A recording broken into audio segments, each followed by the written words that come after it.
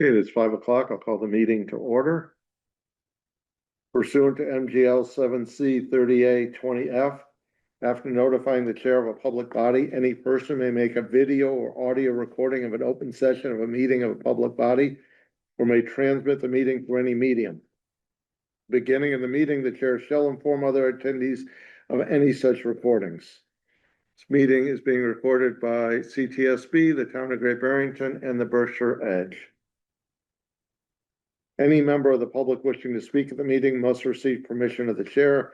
The listing of agenda items are those reasonably anticipated by the chair, which may be discussed at the meeting. Not all items listed may in fact be discussed, and other items not listed may be brought up for discussion to the extent permitted by law. So our first order of business is to convene into executive session, and we will return to open session. We will go into executive session under MGL 30A 21A3 to discuss strategy with respect to possible litigation, and an open meeting may have a detrimental effect on the litigating position of the board and the town. Do I have a motion? I move that the board meet in executive session pursuant to MGL Chapter 30A, Section 21A3. To discuss strategy regarding Hampton Superior Court Civil Action Number 2679 CV 00229.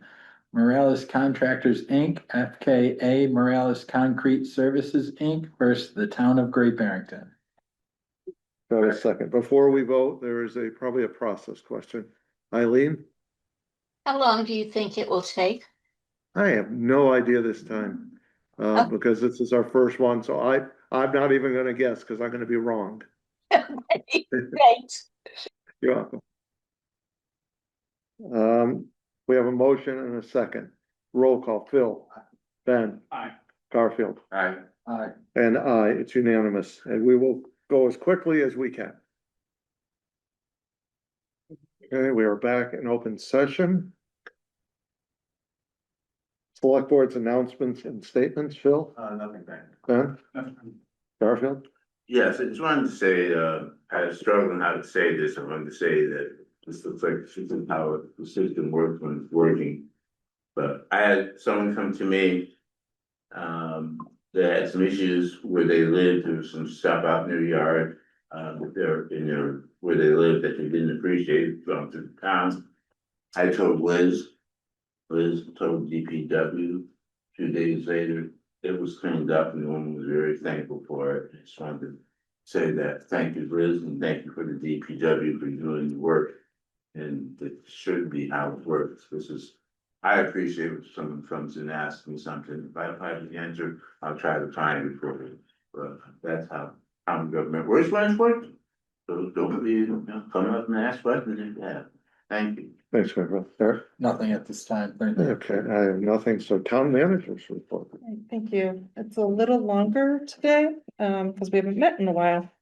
So my report for July 27, 2026. The Historic District Commission recently approved the installation of an interpretive Elizabeth Freeman kiosk on the town hall campus. The kiosk proposed by the Du Bois Freedom Center will highlight Elizabeth Freeman's life and legacy and Great Barrington's important role in that history. To accommodate the new installation and enhance the overall appearance of the campus, the existing town hall and bandstand signs will be relocated closer to the respective facilities. I just wanted to let everyone know that this will create appropriate space for the kiosk, reduce sign clutter, and improve visibility and wayfinding for residents and visitors. As part of the ongoing review of the Ramsdale Library building project, the Massachusetts Historical Commission requested comments from the Great Barrington Historical Commission and the town manager on the alternatives study prepared by the project team. In response, I submitted comments reflecting the town's broader municipal responsibilities with particular attention to long-term operational sustainability, accessibility, fiscal stewardship, regulatory compliance, community benefit, economic development, and the long-term public value of this significant investment. The comments were not intended to advocate for or endorse any specific design alternative, but rather to ensure these municipal considerations remain part of the Commonwealth's consultant process. This consultation represents one step in the historic preservation review, and no decisions have been made regarding the final design, project funding, or the town's endorsement of any alternative. To promote transparency and continued public engagement, I have invited the library trustees and the Ramsdale Building Committee to provide the select board with a project update at your August 10th meeting, where the board and the public will have the opportunity to receive an update on the project's current status and next steps. Gale Associates completed their water infiltration testing last week at the Mason Public Library, Town Hall, and Fire Station headquarters. The testing, funded at the 2026 annual town meeting, is a key component of the comprehensive building enclosure evaluations currently underway and will help identify the sources of water intrusion, evaluate existing building conditions and possible vulnerabilities, and develop a recommended repair strategy with preliminary cost estimates. I anticipate the final report to be presented to the select board in September. And this will help inform the FY28 capital improvement planning process. And I will continue to keep the board and the community updated on the project's process.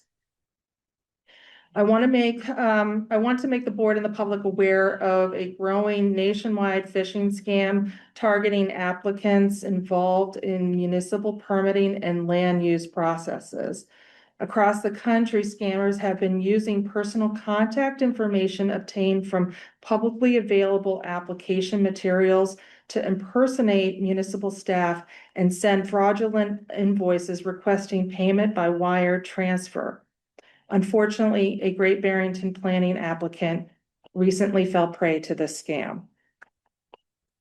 This unfortunate incident also highlights why the town has been redacting personal contact information from agenda packets and application materials before they are posted online.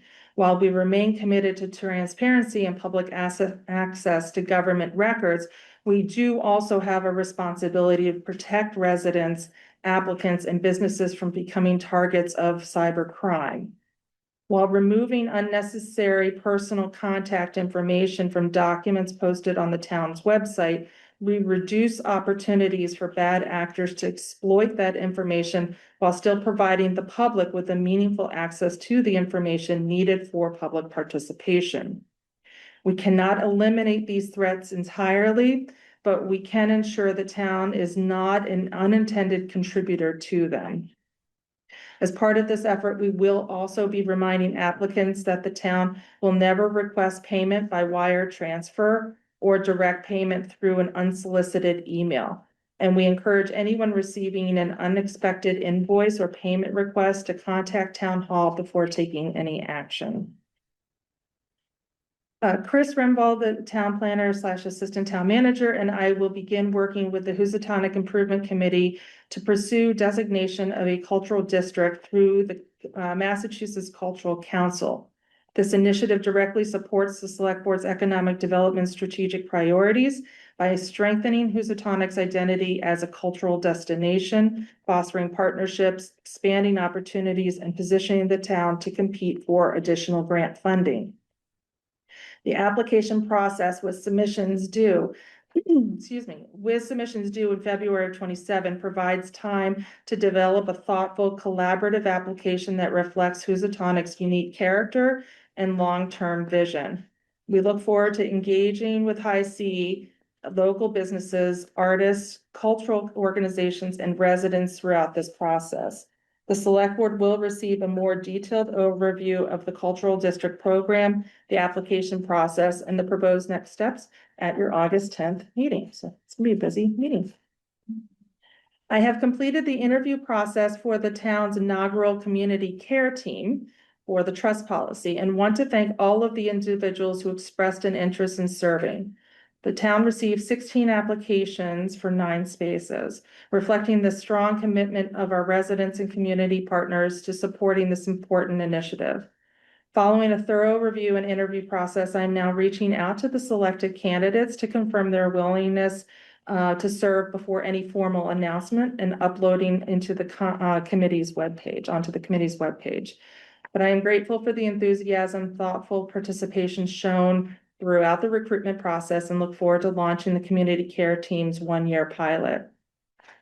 As a reminder, the team will serve as a collaborative forum for municipal departments, community organizations, and residents, identifying opportunities, developing thoughtful recommendations, and advancing initiatives within the established areas of focus to strengthen services and enhance community well-being through the trust policy within Great Barrington.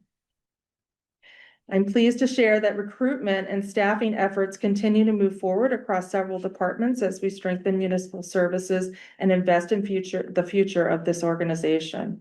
Since the last select board meeting, the town has successfully filled several key positions, and I'm delighted to welcome these individuals to the Great Barrington team. James Massey has accepted the position as health agent and will begin on August 24th. James previously served the town as health inspector before joining the Berkshire Regional Planning Commission / Berkshire Public Health Alliance. He returns with an extensive public health experience, strong regional partnerships, and a deep understanding of the Great Barrington community that will allow him to make an immediate impact. At the Mason Library, Catherine Wallach has transitioned into the role of youth services technician, where she will continue inspiring a love of reading and lifelong learning through the programs and services for the children and families of the community. We are also pleased to welcome Ann Dunn as the library's new part-time circulation technician. Within the Department of Public Works, Theodore Briggs has joined the town as our new buildings and grounds laborer. Theodore will play an important role in maintaining public buildings, parks, and facilities that residents rely on every day in our community. And recruitment also continues for additional positions with Department of Public Works, Transportation, and the library as we modernize job descriptions and thoughtfully align each role with the town's long-term organizational goals. Thank you. Thanks, Ross. Next is we would convene as sewer commissioners. Do I have a motion? So moved. Second. All in favor? Aye. So before us, let me just promote Paula.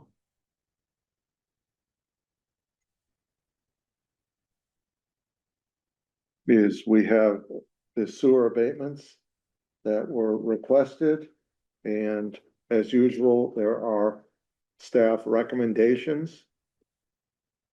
So, Paula, do you have anything you want to add to that? Just unmute yourself.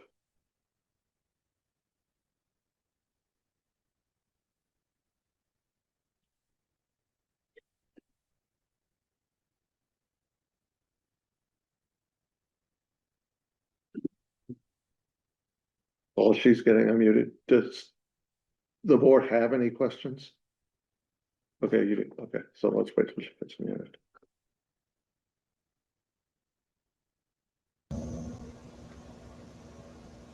Can you hear me now?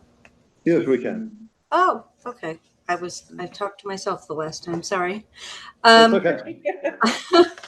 I visited numerous of these properties, and as you can see on the form, ones that I had, there's 3 permanent ones and 2 that were no's, and it's kind of self-explanatory on the side. I did inspections. A lot of them were disconnected from water, and then I used the water information to verify other usage. Bill, you have a question? Yes, Dan, so the recommendation amount, is that the new bill or the reduction in the bill? That is the reduction of the bill. Okay. And there's a couple of different terms of talking about the whether or not they're shut off or water use verified. I'm wondering if you could just explain, and this relates to the temporary status, sort of who shuts off the water in this instance relating to their sewer usage? And how do we know when it comes back online that we add them back to the, you know, at the original fee? So that is a perfect question because I get asked it often. And we are not notified when water is turned back on, which is why we require the abatements to be filed each time because we don't own the water companies. So the disconnections, people are, you know, may have their sewer disconnected, but excuse me, their water disconnected, but we aren't notified if it's turned back on. So we request them to give us information provided from their water company, the one that they use, as a part of the abatement process, and we can tell by the water usage whether or not they're actually should receive an abatement. We ask the fire district to give us a notification when these properties go back online. We can, but it's immaterial right now. Not gonna affect tonight. Well, I know, but we have Paula here, so it just is that something that's been considered? I have asked, but I just am not. I mean, I don't know that would forego the need for somebody to file for an abatement each time. Okay, well, it seems like this process could be easier, but see. Any other questions? Then, Curious, what is number 6 sewer abatement policy? Regards to the 32 East Street property. I can read it to you if you'd like.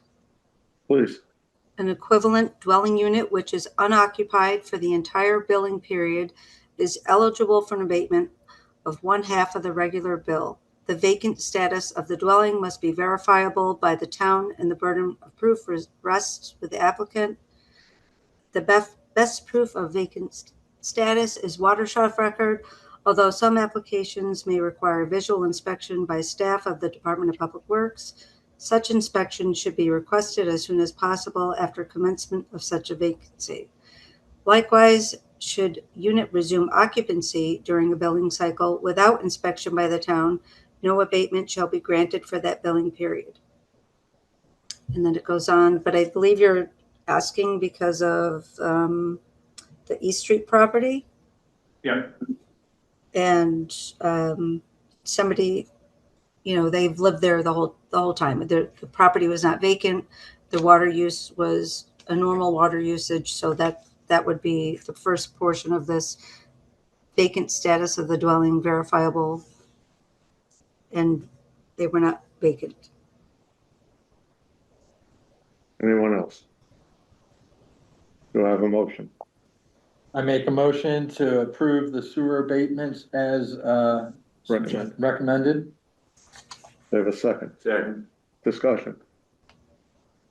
All in favor? Aye. It's unanimous. Thank you, Paula. Thank you. Do a motion to resume as select board? So move. Second. All in favor? Aye. Thank you. Aye.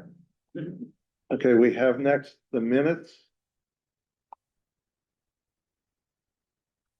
Yes.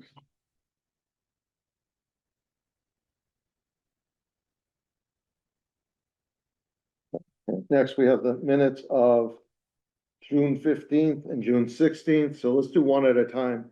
On the June 15 minutes, Eric pointed out to me, I did not say this, that under vote 2026-007 says both Eric and I abstained. I did not abstain on that one. So that should be 4-0 with Eric abstaining. So do I have a motion to approve those minutes with that change? I make a motion to approve the June 15th, 2026 with Steve's amendments or corrections. Sorry. Second. Any discussion? All in favor? Aye. Unanimous? Next. I make a motion to approve the June 16th, 2026 minutes as written in our packet. Do I have a second? Second. Any discussion? All in favor? Aye. Unanimous. Licenses and permits.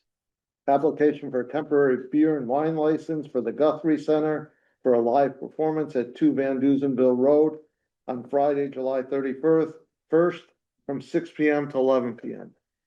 Let's see. Someone, you want to just give us a little update on what you're doing that night? Yeah, hello everyone. Thank you for your time. This is Mo Guthrie. So this is part of our summer concert series. This performance was scheduled for earlier in the summer, but we did have to reschedule. It's the Slambovian Circus of Dreams. They're wonderful performers, and we're so happy to have them with us again. Anyone who's interested in more information on it can find it on our website, guthrieCenter.org. And yeah, we'd like to serve beer and wine if possible at this performance. Thank you.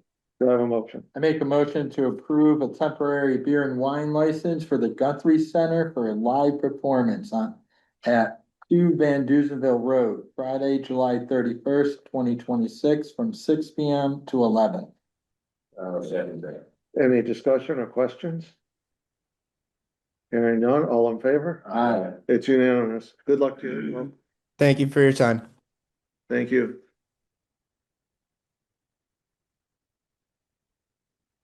Next, we have the application for a temporary entertainment license by Sarah Parker, Housatonic Improvement Committee Chair for a community party located at Housatonic Commons, Alice Babrisky Park on Saturday, September 19th, 2026, from 12 PM to 3 PM. I'm gonna step out, as a member of the sound grouping community. The sound grouping committee, I'm also gonna just stay out through, which was the. For E as well, because that is abutting my place of work, so I'll be out for that one as well. So you'll be back for F? Back for F. If I remember to tell Yeah. you. That's always a problem. Someone remember. Hey. Okay, so Sarah, I have unmuted you. You want to give us just a little overview?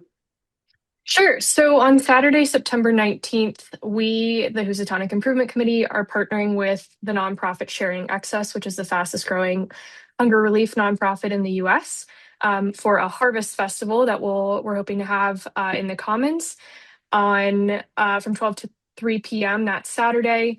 We're going to have a pie contest. We're going to have hopefully a cider press demonstration, have some local businesses, local organizations, but give people a good way to ring in the fall and enjoy all the great things that we have going on in Housatonic. Anyone have any comments or questions, or do I have a motion?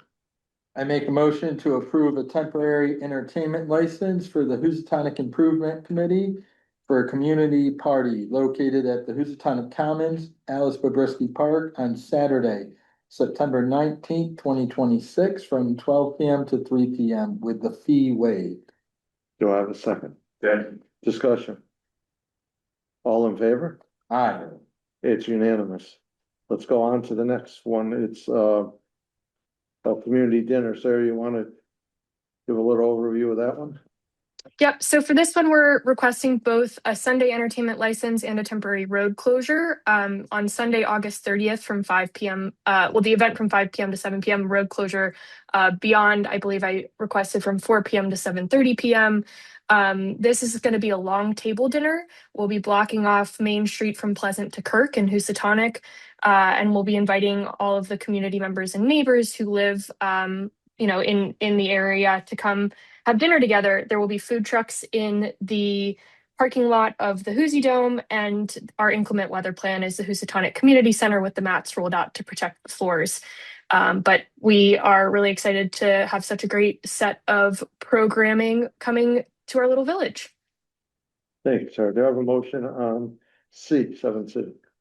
Yes, I make a motion to approve a temporary entertainment license and a temporary road closure for the Housatonic Improvement Committee for a community dinner located on Main Street, Housatonic, from Pleasant Street to Kirk Street. Rain or shine weather, location will be the Housatonic Community Center, Sunday, August 30th, 2026. Road closure from 4 to 7:30 p.m. and the entertainment from 5 to 7 p.m. We will also waive the fee. Have a second. I was having a question. Let's go ahead. Well, one, I thought she might have said 4:30 to 7:30. Did you say that? For I said the road closure? the road closure from 4 p.m. to 7:30. Yes, 4 for setup and breakdown. Yep. And the other question I wanted to know, was this, open to all? I thought, so it's just being good times, is that not so? It's absolutely open to all. Everybody who wants to come is welcome to. Obviously, we're the Housatonic Improvement Committee, so we're specifically focused on Housatonic, and that's where our immediate focus is. But anybody who wants to come is more than welcome. Thank you. Anyone else? Yes, it's a terrific map. So good job on that. Thank you. Okay. So we have a motion, we have a second. All in favor? Aye. It's unanimous. Next is, Sarah, you want to tell us about the Halloween events? Oh, would I ever? I knew you Yeah, would. so we've got Halloween coming our way, and as anybody who knows anything about Housatonic, it's the place to go for Halloween. So the Housatonic Improvement Committee is putting on a Halloween parade and costume contest, and there are other organizations who are looking to get involved. So we might have something like a flash mob. We have heard from DPW that kids might be able to decorate the DPW trucks. There's some really interesting stuff going on. So we're planning on having that start at Ramsdale, go all the way down to the Hoosie Dome, and then have some activity in the Commons before there's the kickoff. I'm requesting a temporary road closure for Halloween events more generally in Housatonic Village. I know that the select board typically sets the time for trick or treat, but I wanted to get ahead of that. And so temporary road closure pending whatever those hours that y'all set, just so that we make sure that it's a super safe event. I know that hundreds of kids can come to at least one house at a time. So just trying to make sure we have coverage on that as well. Yeah, I believe we've already set the hours. It's set permanently for 5 to 7. Oh, great. Okay, perfect. Bill, you're surprised. You know what? I don't think you bet on that. No, we did it years ago. We set those hours because one year we forgot. Yeah. Yeah. Do I have a motion? Yeah, let me see if so the temporary road closure, I'm gonna just do these here from approximately 3:30 to 5 p.m. I would say road closure from 3:30 to 7:30 to get to the end of trick or treating. To get to the end of trick or treating. Okay.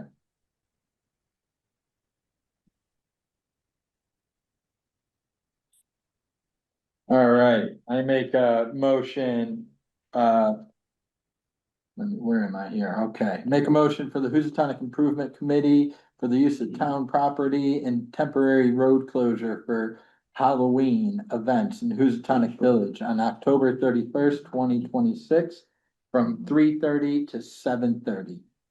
Do I have a second? Second with it. Yeah, go ahead. Since everyone's come to schools in time, can I send the Castle Hill Avenue people that come storming my house? I'll send them over to you guys. Anyone else? All in favor? Aye. Unanimous. Thank you, Sarah. Thanks so much, y'all. Have a good night. Okay. Eileen, you have a question?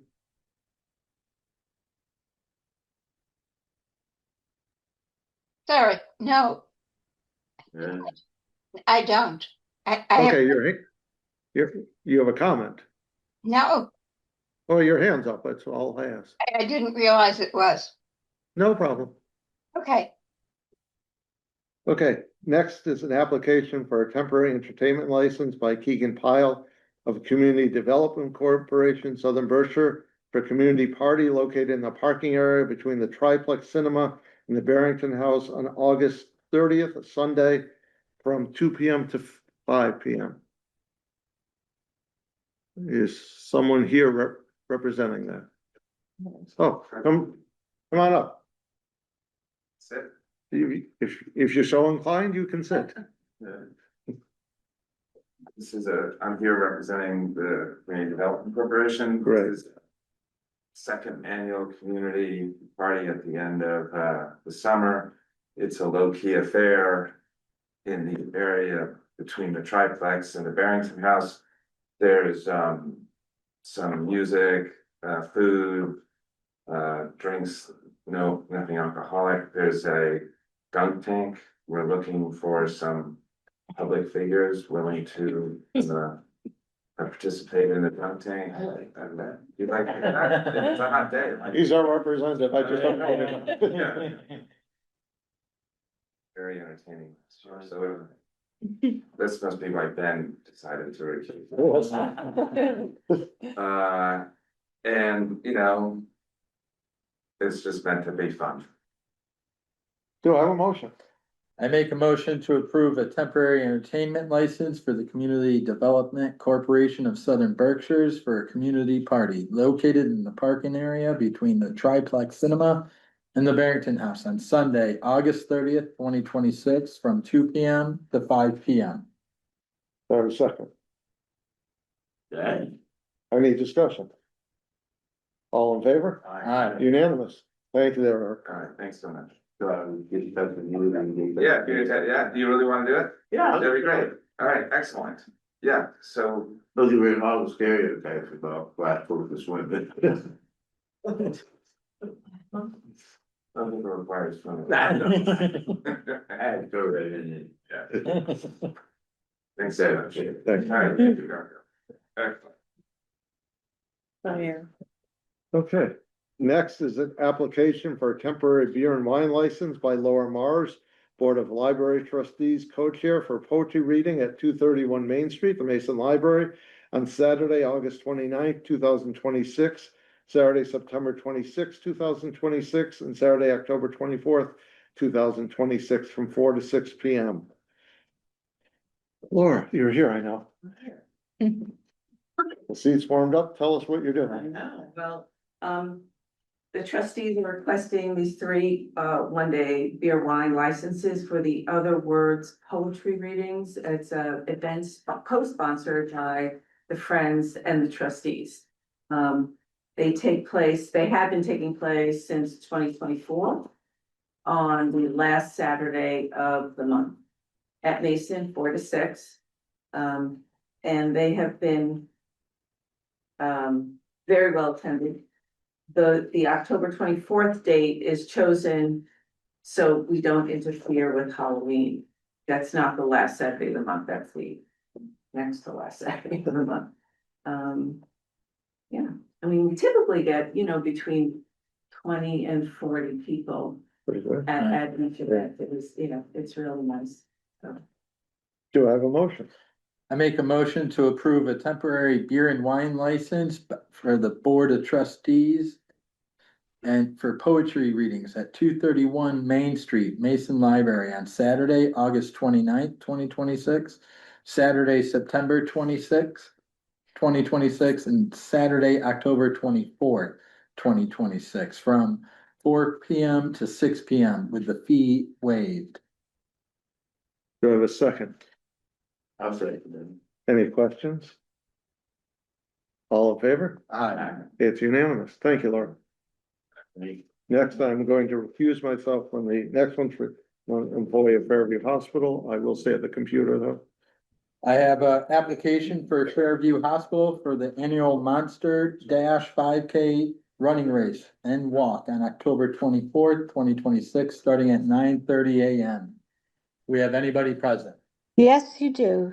This is Sophia. I'm looking to have permission to resurrect the Monster Dash. This is an annual race that we had been doing every year until COVID came along and shut us down. It's a 5K run that starts at the Fairview's outpatient rehab and goes down 23 down towards Wyandotte, and then it will turn around and come back. The money that we will raise, the proceeds will go directly to the Berkshire Bounty. It's also a Halloween opportunity, and it would be on October 24th at 9:30 in the morning. All All right, any questions or comments from the board? Not, I'll take a motion. This is for the poetry. This is for the Monster Dash 5K race. How about, so be it, if I did. So move. We have one motion for the application of the Fairview Hospital Annual Monster Dash 5K running race on walk on October 24th, 2026, starting at 9:30 a.m. Second. All right, all in favor? Aye. All right, Thank you very much. thank you.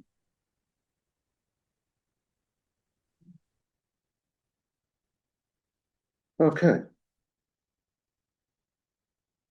Under new business, 8A has been withdrawn by the applicant. 8B is a special permit review and make a recommendation to the planning board and the application from Larkin Limited on behalf of 343 Main Street LLC for special permit to deviate from the sign bylaw section 146-4H in order to hang a building mounted projecting sign less than 10 feet above grade at 343 Main Street, Great Barrington, per section 146-20 of the sign bylaw. Someone here? Travis.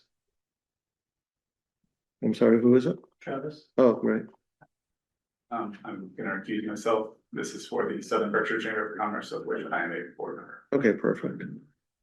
Travis, you want to go ahead with a little bit of an explanation other than what I just said? Sure. Can you hear me all right? We can. All right. So we are proposing to have the projection sign installed with a clearance of approximately 7 feet from the bottom of the sign to the grade. We are seeking to apply for this special permit with a non-conforming clearance as displayed from our design proof. In order to preserve the integrity of the history of the building, the owner specified they do not want the bracket installed directly on the brick facade specifically.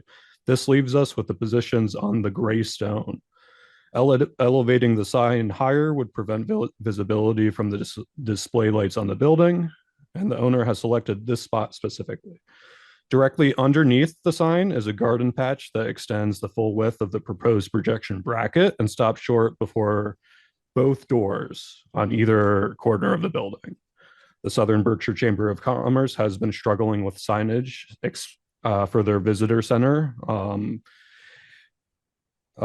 And on this building, it's pretty difficult to find locations that properly inform interested individuals that seek with the requirements that the building owner desires. Thank you. Do I have any questions? Yeah, Bill. Out on main here, but just the question is, the text of the sign is the SBCC going to be in the final sign, or is that just a placeholder for that? Travis, the question really is that the sign that you're showing us, is that the final version? Yep. The black background, white text with logos. Eric?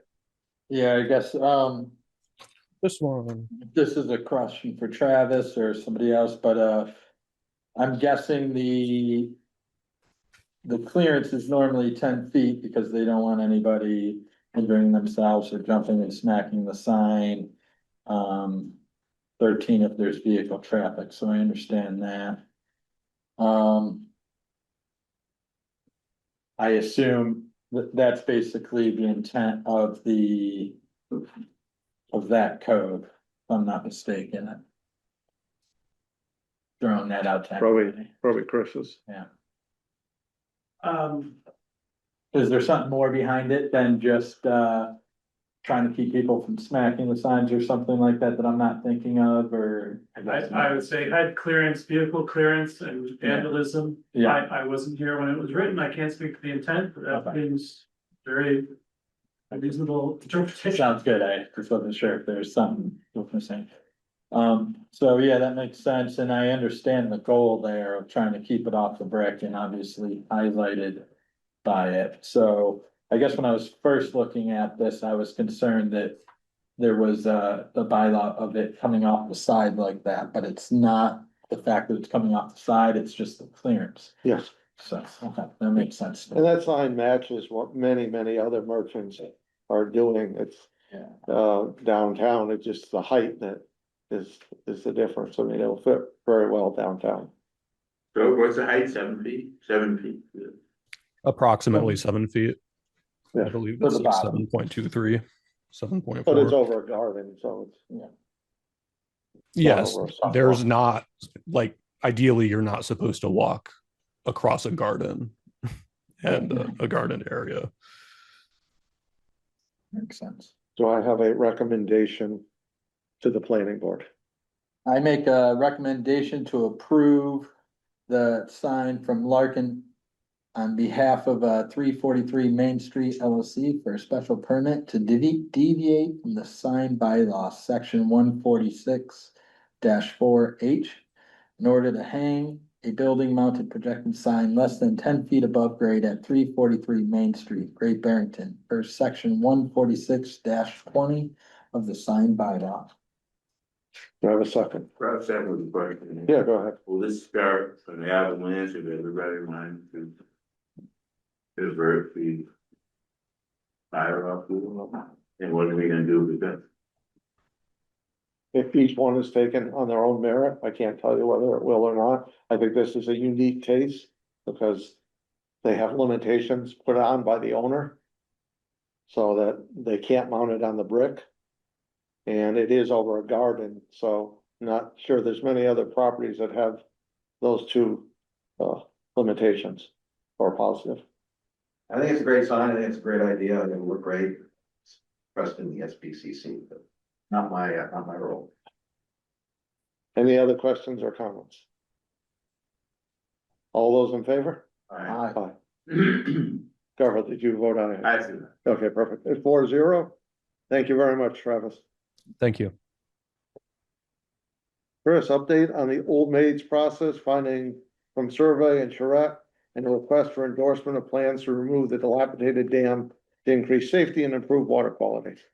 Thank you, Chris Rembold, and here tonight also are Brittany Everling from BEAT, Berkshire Environmental Action Team, our contractor for the project. She's here, and if you're willing, I'd Come like on. to invite her up. Yeah. As well as Giovanni Luciano, who has worked on various MVP projects, certainly willing, able to come up if she'd like.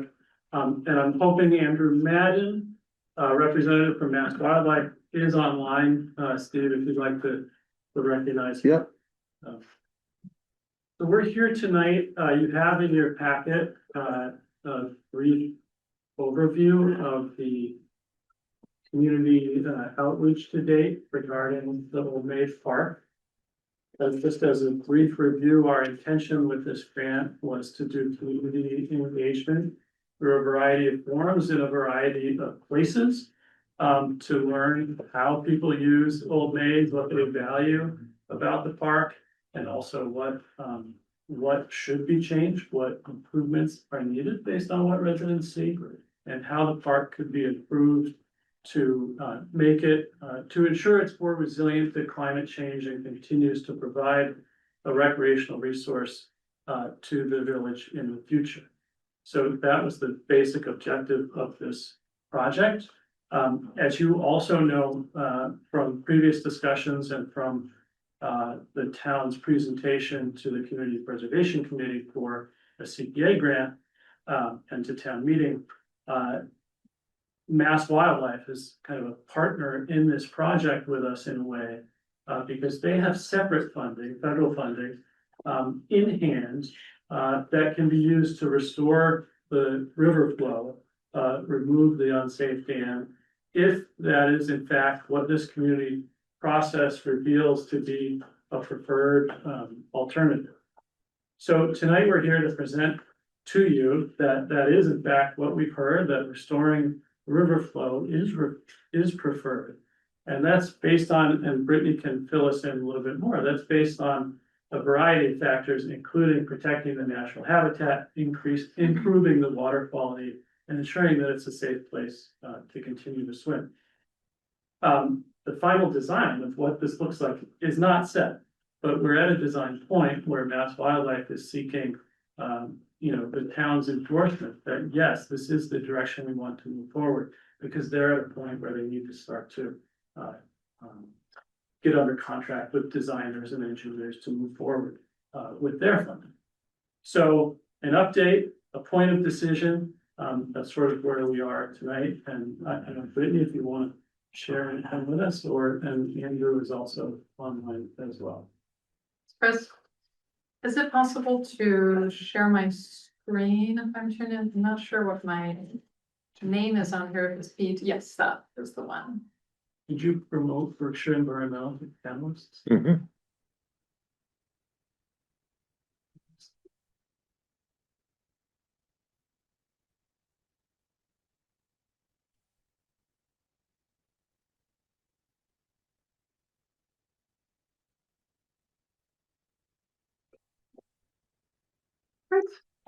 Thank you so much. I just want to share for a few minutes some of the work we've been doing for the past few months with the town. As Chris said, my name is Brittany Ebling. I'm the Executive Director of Berkshire Environmental Action Team, or BEAT. And along with my colleagues and our partners at Language Justice Solutions, we have been doing a variety of community outreach activities in Housatonic. So I'll just speak briefly about what we've done and the report that's been provided to you with our conclusions, some of which pertain to the dam and Mass Wildlife's decision, and some of which are pertinent to the next phase of the work being done under this Municipal Vulnerability Preparedness, or MVP grant, in its second year. BEAT is an environmental advocacy organization. We work throughout the Berkshires to protect the environment for wildlife in support of the natural world that sustains us all. And so working with the town, we were addressing issues like accessibility at Old Maids Park, access to green space and cooling areas as a climate resilience strategy, ecological restoration, and social resilience. Over the past few months, we've done activities like attending community meetings and events like Party in the Park, conducting a series of one-on-one interviews, holding a stakeholder listening session in Housatonic, organizing an on-site open house event, which some folks here attended, to introduce residents to the park. We facilitated partner visits with other community groups like Greenagers and Extra Specialties. We also partnered with a local sociologist who designed a survey that solicited folks' input about the future of the park and hand-delivered those surveys to every household in Housatonic. We also, as the final activity in this series of outreach, organized a community listening session, or charrette, in which we really zeroed in on conversation about the dam on the property, knowing that speaking about dilapidated dams tends to be, in communities across New England, an issue that can bring strong emotions, ideas, connections to the history of the space and the Williams River. So we used a facilitation guide created by a RISD professor named Emily Vogler called the Dam Atlas, that really guides community members through a process of thinking beyond position-based thinking. I'm for the dam, I'm against the dam, being here, toward talking about interests and values. So this is an image from our session, which attendees were asked to articulate the values at the park and on the Williams River that matter to them, be it thinking about water quality or cost to the town or recreation or any number of values. So I'm happy to elaborate on any of the specific activities we've done over the past few months, but to speak to the issue at hand, some of the very clear findings from this work reflected residents' concern with water quality and information about the state of water quality at a given moment throughout the summer when community members are using this space for recreation. We also heard through both Silka's work analyzing the survey data and from our own listening sessions, this emphasis on a restoration first approach. This is data that the sociologist with whom we collaborated collected, reflecting the high priority and commitment community members affirmed about water quality and removal of invasives and restoration as high priorities, very similarly reflected in the results of our charrette listening session, in which community members ranked objectives and identified water quality and protection of upstream habitat and restoration and working with natural river dynamics as high priorities, along with what we know from observation of how people use this space is also a high priority in the sense of recreation. But we heard time and time again that community members felt they cannot enjoy the kind of recreation that they want to do at Old Maids Park without knowing that there is quality of water there. This is one of the tools we were using in our listening session to glean that kind of comparison and prioritization and ranking of alternatives. Specific to the dam, we also heard from community members at that session that understanding how these values and objectives each individual was bringing to that session were reflected in case studies that we presented about how other communities have dealt with dilapidated dam infrastructure in Massachusetts and throughout the Northeast, and compared and contrasted the relative merits and challenges associated with each. By and large, community members attending that session did not necessarily walk into the room feeling as though they would advocate for dam removal, but they certainly left by and large feeling that way, having had conversations with their neighbors and having understood some of the ramifications of dam removal and implications for things that they cared about, like water quality and restoration priorities. Aside from our findings pertaining to the dam and the Williams River, we also heard about other priorities from community members summarized in that recommendations piece of our report. Things about making sure that information about water quality is communicated on site with print materials that are multilingual. We heard from a number of community groups and individuals about wanting to make the space more accessible. There's a very steep slope to access the water currently. And wanting to feel as though this park is accessible and connected through transit options, and perhaps plugging into volunteer interest and expressions from various community groups who are interested in supporting the town's efforts to remove invasives and maintain more ecologically beneficial species at the park. We also heard about interest in incorporating pollinator supportive plants and greenscaping, and overall promoting the ecological health of the river itself.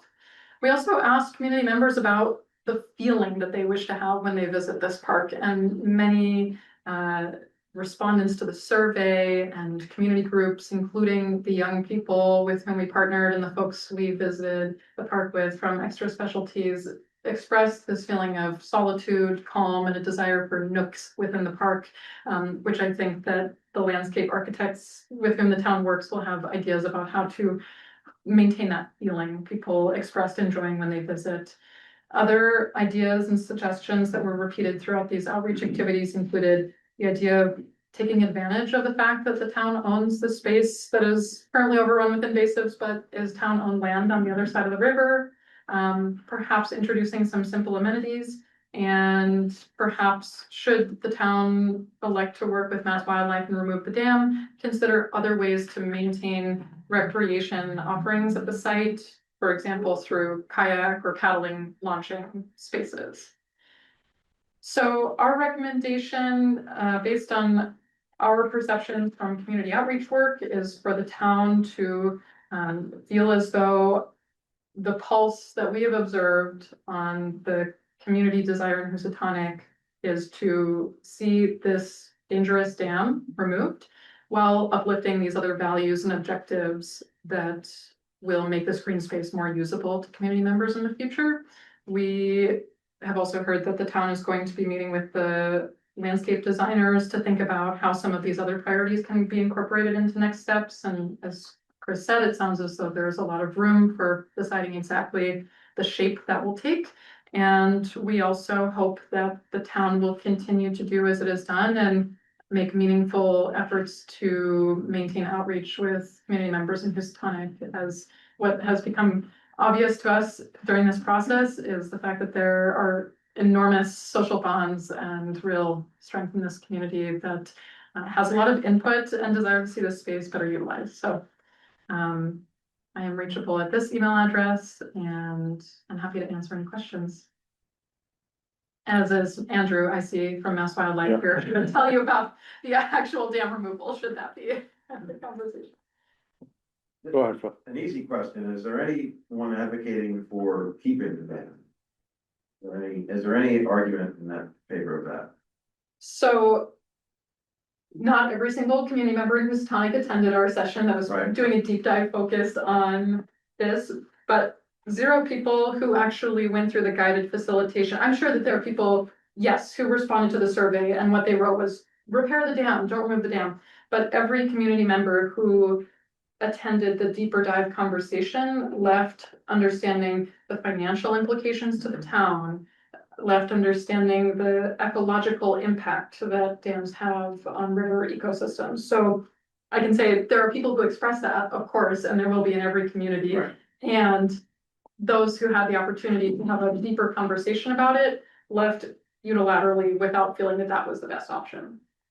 If I can add, should the town wish to keep it, it would continue to be the town's responsibility and liability, and Right. there are a few grant funds to Reserve. keep a dam in a river. The clear goal and the clear priority of open space and recreation, rivers and habitats is to restore river flows, not only to improve water quality, but also to make the river more resilient to potential flooding in the future as precipitation increases. Thank you. Arguments to keep the dam would be, that's such a nice swimming pool to swim in. We've heard different aspects of that argument. It can be quite muddy and the water quality not great. And the dam itself unsafe. In fact, at the community event back in May, most kids played below the dam in the free running river, not above the dam. Those are some of the sort of pros and cons. I think the Parks Commission a couple years ago expressed some interest in keeping some kind of swimmability of the area, and that doesn't mean a river that's rushing, 1 million miles an hour. That means possibly creating some ways for places for wading and swimming and things like that. So I think that can all be incorporated into the design process to maintain the recreation potential. Right. Garfield. Yeah, I have several easy questions, I hope. I didn't hear anything about it. Last time I was at the Old Maid was 100 years ago. I was looking for crayfish. So Yeah. We've heard that from people too. they're really small. Yeah. Anyway, I didn't hear anything about it. There must be bathroom facilities. No one said it. I didn't know if it's there. Not currently. Well, there's a porta potty there every summer. Okay, well, that's important. That's something we heard from some people, yes. All right, and I have no idea, does the Williams River feed Old Main? Or what feeds Old Main? It's the Williams Yep. River. Now, isn't the Williams River had some issues, and do we check the Williams River before it gets to Old Main? Is that how you do that?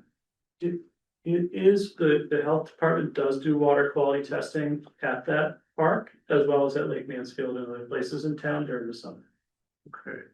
And if the water is bad or if it's good, or they say they're posted there, but is there something that's, I don't know, in the town, or it's a flyer or there's some sign that says water quality great today, water quality not so great, something like that. I have no idea. We do the plans. Go ahead. Yeah, so what I have been told is that data that's being collected at Old Maid, Mansfield, and other locations is being plugged into the state interactive water quality dashboard, which is a website where the most current data is being listed. Something that we heard residents saying was it would feel important that information is also represented in physical form so that when you visit, it's clear when it was last updated. So that's part of our recommendation to the town. I think there's a link on our health department website to the water quality dashboard, so. Just so people know wherever you're swimming to check on it. If I just ask, if it's possible, I don't know how many you said there's a porta potty, is there more than one? I would suggest more than having one, Just one. and I would suggest another. Thank you. Anyone else? Go ahead, Yeah, Ross. so, I appreciate the presentation, and I was at the open house there, and you guys did a great job, with the food and music and making everybody feel comfortable, so I appreciate that. I just wanted to say a few things on it, and it could be a debate on what a dam is, because that, as I remember as a child, was kind of just like a pile of rubble with rebar sticking out of it, and then they would put the 2x6s in there to try to shallow, stop the water even more, so. But I do think I am also in support of, especially with Mass Wildlife's money, trying to restore that river to its natural resource, and everything else is still up for debate, but I think it would be smart of the town to take advantage of this option that everybody at Mass Wildlife was nice enough to bring to us, and so I think it would be good to prove that. And I think, just to speak to like the porta potties and stuff, the benefit of the Old Maids is it is a very calm, quiet place, and it's when kids are swimming there at this point, because it is always mucky, and no matter how much it rains, the top part's a little stagnant, but so kids always swim on the backside of the thing. And it is, I do like that the pockets of solitude, or whatever we called it there, was highlighted, because it is a very peaceful, quiet spot, and I hope it stays in that sort of manner. Like, I want everybody to go there, but I do like it's a little calming there, so. And then my 2 cents on like losing of swimming area if this makeshift dam was removed is, I mean, I think the places where you see people swimming the most in our town is the Green River, and that is just such a great, I mean, we're very lucky in this area to have so many places of fresh water. So anyhow, I'm in support of taking up Mass Wildlife's opportunity here, so, and I appreciate all the work that everybody's done to get us to this point. Well, I would agree with everything you said. Go ahead. Yeah, I second that, and I just kind of, swimmability is still kind of, it would be a part of the design, right? Or it can be part of the restoration project, that was kind of a repeated theme in Silva's findings and a lot of the community events, right? Yeah. Probably Andrew can speak to the specifics. No, you're right. Should rely on you. I can stop sharing this. Yeah, am I okay to jump in for just a second? Yeah, absolutely. Hear me okay? Thanks for letting me join. My name is Andrew Madden. I'm with Mass Fish and Wildlife, and yeah, we submitted for an America the Beautiful Challenge grant a couple of years ago now, which included projects in several rivers in Western Mass, but including the Williams River, and so we do have that funding secured. We were awarded the grant, which included restoring this section of the river by removing this barrier. You're right, dam is the easy term to use, but it really is, what it is a barrier more so than an actual dam. And so by removing that barrier, we'd be hopefully restoring that section of river, improving the water quality and the water temperature, restoring connectivity, and all the things that we included in that bigger natural resource grant program. So we are prepared to do that. If the town is on board, we certainly wouldn't want to do it without the endorsement of the town, and we appreciate all the comments from everybody and gathering information by Pete and others. So where we stand with that right now is we are on a bit of a time frame where we're hoping to get an endorsement from the town so that we can move forward to contract with engineers for a design process as the next step. So that's what we're asking for, or that's what we're hoping for anyway tonight. If you have any other questions about that part of it, I'd be glad to try to answer them. We'll try for a motion. I make a motion for the select board to endorse mass wildlife planning for removal of the dam and for river restoration, and formally request mass wildlife to continue to involve the community in the design process. Do I have a second? Second. Comments? Seeing none, all in favor? Aye. It's unanimous. Thank you very much. Andrew, thank you. Thank you all very much.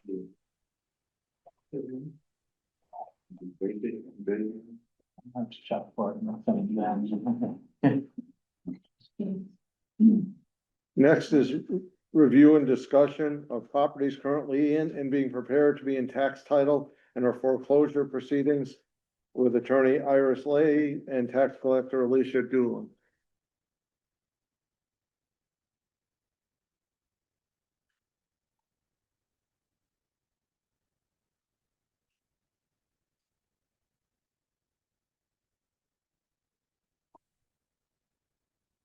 You want to read this off?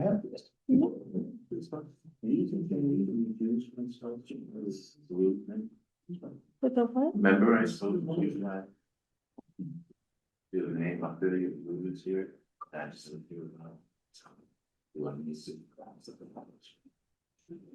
You can't talk like that in a public meeting.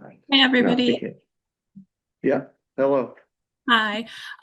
So I know you have like a lot of stuff in front of you right now that we prepared for this. So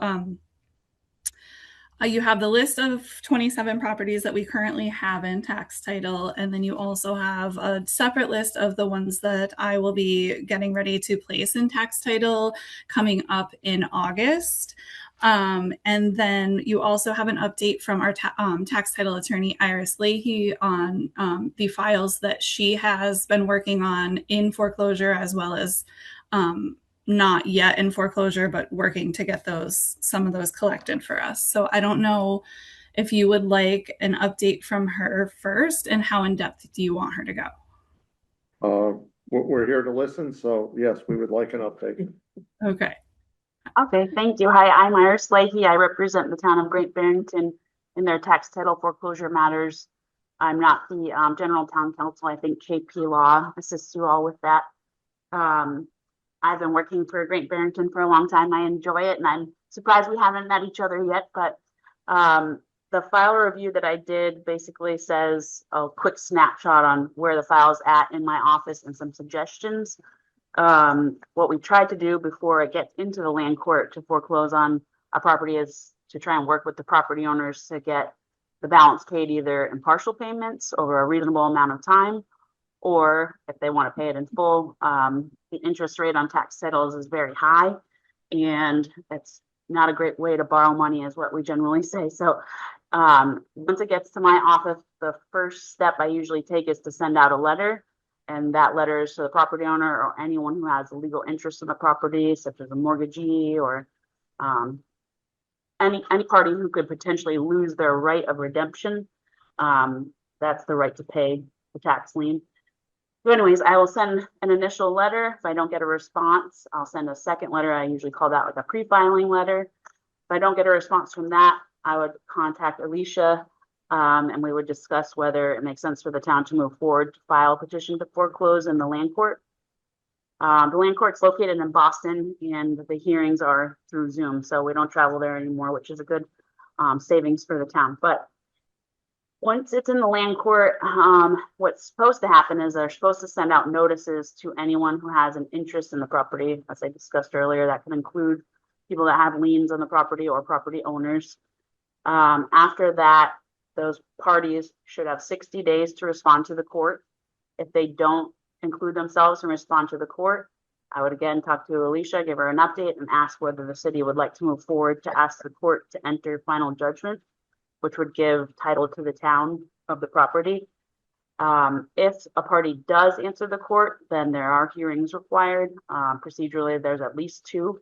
And the land court is very deferential to property owners, as they should be. So they usually give them a lot of time. And this process does take a long time. So, for example, in June, you all had gotten a foreclosure judgment, which is one of the first I've received in about 3 years. The court is really backed up. So I got 2 last month and 1 this month, which I'm hoping is the way it's gonna start moving again. But anyways, you foreclosed on one in June at 151 Cottage Street. I think that's on the agenda next, so I won't go into too much detail because I'm sure you'll have questions about that. But yes, there's a lot of properties that aren't in land court, and you can see those first on my list. And some of them actually are pretty close to being paid. They're the one at 71 Van Dusenville Road, excuse me. They actually, I think, recently sent in a payment for most of the balance after I made this review. So I think there's only a couple $100 left there. But generally what I tried to do is get in contact with people to see if they want the property or not, because for example, there is one here, Blue Hill Road, I think. Oh, maybe that's not the one. There is one on this list that they don't want. They want the town to take the property. I'm sorry, it's 11 East Mountain Road. Gaston is the assessed owner. So there's options. If the town has a tax lien on a property and the property owner says, hey, I don't want this property, you can have it deeded in lieu of foreclosure. So you skip the foreclosure process, but there has to be no other liens and encumbrances on the property. It would have to be by a meeting vote. This one, the property owner doesn't want it and said it's really sloped. He's tried to get rid of it. He tried to sell it with other properties. He was considering signing something to waive his rights and to allow the land court to enter judgment without having to go through a lot of steps. He was sharing that with his attorney, but didn't get back to me on if he'd like to do that or not. The town was considering filing an action to foreclose, but was waiting to see if he could give me that waiver so I could file it together. So hopefully it would move more quickly. That's something that we can revisit later if the town wants to move forward on those properties that are just sitting. There's a couple of them. There is one that after I produced this list, 25 Brainerd Ave, the city did, or the town, excuse me, did file a petition to foreclose in the land court on the 22nd. And actually on Friday afternoon, the 24th, I got a call from one of the property owners. He has not received his notice from the court yet, but he said, oh, I just found your letter from December in a pile of mail. I just wanted to talk to you, but he didn't mention the letter I sent him in May. So I called him back. I haven't spoken to him yet, but I think there's a lot of information on these sheets and a lot of suggestions, but I think that the properties that I have files open for are in pretty good shape in Great Barrington. There are a couple that, you know, Stonegate, that are very complicated, that are taking a long time. Stonegate is one that I know is, you know, something that we want to get resolved as soon as we can, and there's a lot of interest in the property. What happened in that was that the title examiner produced a gigantic report, and like I said, everyone who has an interest will require notice. I'm going to ask the court to do an alternative form of service. I don't know what that would look like, but generally what they would do to send notice to parties is send a certified notice, a citation from the court to the party. They would have to sign for it. If it's a good address and they don't sign for it, then you'd have to have them served by sheriff. With the amount of people that have a partial interest in that property, it would be astronomically expensive to try and get that done. And then on top of that, if they come back and we don't have a good address, then we'd have to find that information and send it back and forth through the court. It would just be a nightmare. So what I'm doing right now, I have about 30 pages of parties that need notice. I'm on page 10 of that. And what I'm doing is finding the best address for them, noting whether they're deceased or not. If they are deceased, I have to look for a probate. If they're out of state, I still look anyways around here, and if I can there. And then I have to locate anyone who may be their heirs. So as you can imagine, the project is very large, and I don't know if it's probably going to blur it, but it's probably about 5 or 6 reams of paper, this file. It's enormous. So there are actually 2 land court cases. The common land, I think it's considered, those are in one case, and then the condo is in the other. The common land one is a lot less complicated, but that one I think could be ready sooner than the other parcel, but the court kind of put it on hold and said, wait, look at, these are like very similar. Why don't we try and handle these, even though they're separate, in a way together, but that's not really how it ended up working out. So, I don't know if you want me to go into each property and give you an update on where they're at in detail, or if you want to read the notes that I have, but happy to answer any Yeah, questions. I think the notes were pretty clear, and we can ask questions if we have any, but I think your notes are very clear. Is there any board questions? Phil? Yes, on Stonegate, approximately how long has this process been going on of foreclosure? The Stonegate file, I think, was filed in 2016, so it's been 10 years. Yeah, so I guess I'm speechless about how long this has taken. I certainly appreciate the complexity. I went back and read the news articles from 4 or 5 years ago. So I certainly appreciate the complexity. It just seems like this has, this has just taken, I just don't understand how it could take this long. So Phil, you just also have to remember that I am only giving a very minimal amount of money every fiscal year to work on this, and that one property alone, I'm already halfway through my tax title budget for this fiscal year, and we're in July. So that's part of the reason, because the cost alone just to identify the 600 plus owners, and the time that Iris is having to put into this is costing a lot of money. That's what's been holding it up, really. It also kind of took a long time for the title examiner to finish their report, so I think that kind of held things back a little bit too, but because of the complexity. I guess not as extreme as the, I'm just going by the interest due. Like, can you speak to the Cone Avenue property? Because that has an enormous amount of interest. I'm assuming it's been outstanding for quite a while. That's Spiridowski. That, yep, hold on. I can tell you how far the interest goes. So the interest is because there's so many years in tax title. Hold on one second.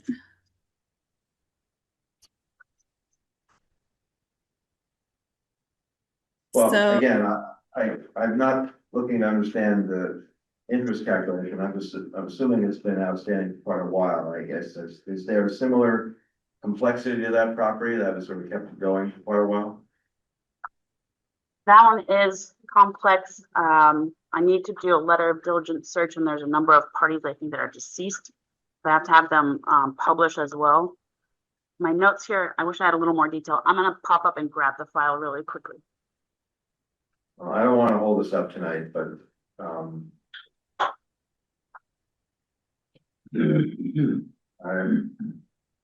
I'll conclude by saying I just am very perplexed about Stonegate, because it is a very valuable piece of real estate given its location and its size. So just, it seems like it would be worthwhile for the town to spend money, perhaps it's money we don't have, but to spend money to get this resolved and basically get back our, I don't know, can't even add it up. It's not added up here, but let's estimate $600,000, $700,000 of back interest and taxes. So it's a shame it's gone on so long. I agree. And not only that, the land court doesn't function the way it's supposed to. They don't have enough staff. They don't have, sometimes I will write 7 letters asking them to do the same thing.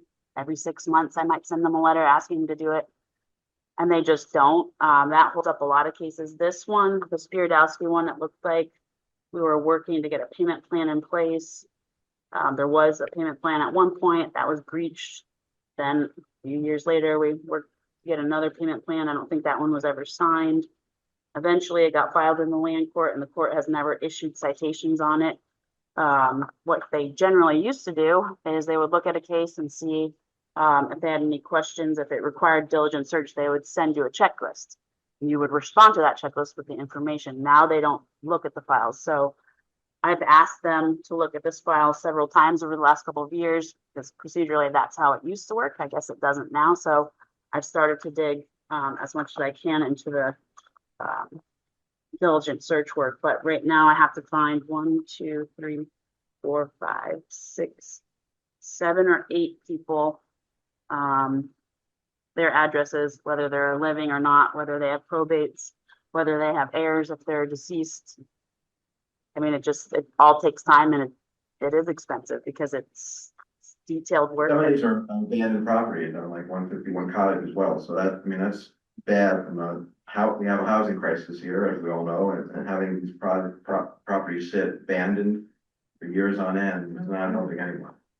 So I'll shut up, but Most of the problem here, Phil, much of the problem here, you know, because I've been involved a long time, is land court. Land court's completely inefficient. well, we need to communicate that. I know you have. Well, no, I haven't said we have. I'm just saying that no matter how much money we throw into this, there's still a roadblock at land court. It's very frustrating. Other comments or questions? Really appreciate your update on this. Very helpful, very frustrating, but very helpful. So let's move right into the review and possible vote to dispose of 151 Cottage Street, which we recently acquired via tax foreclosure. Sure. If we're gonna talk, we need to talk in the hallway, please. Thank you.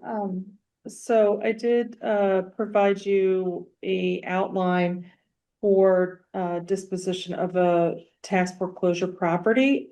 There are some changes in laws just recently on the process for what the board or the town can decide on what to do with the property. And so I have provided you an outline of steps in the statutory process, and these steps have been reviewed by town council as well as all the staff. So after land court judgment, within 30 days after that, and then there's a 30-day appeal period. So basically the town has 60 days to make a decision on whether to retain it or to move forward with disposal. And if you are going to retain it, it has to be through a legitimate municipal purpose. It can be for use of an actual municipal building or facility, for public safety usage, or public works operations, conservation or open space if it is an open land piece of parcel, or that it has potential of being cleared for open space, a park or recreation. Affordable housing is included in there, and then other governmental purposes.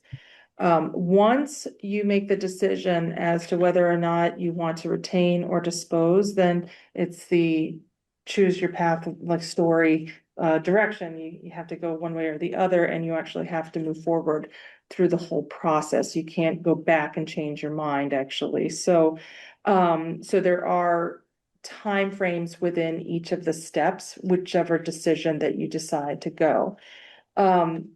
Included also in your packet, because I know that affordable housing has been discussed, I did also include there a path if you choose to identify or seek if that is something of potential for the Affordable Housing Trust or another entity to take over as affordable housing. I did include that in as the steps and as well as the timeframe outlined with this new law as in regards to foreclosed properties.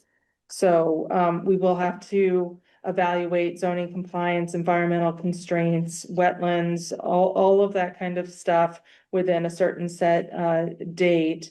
And then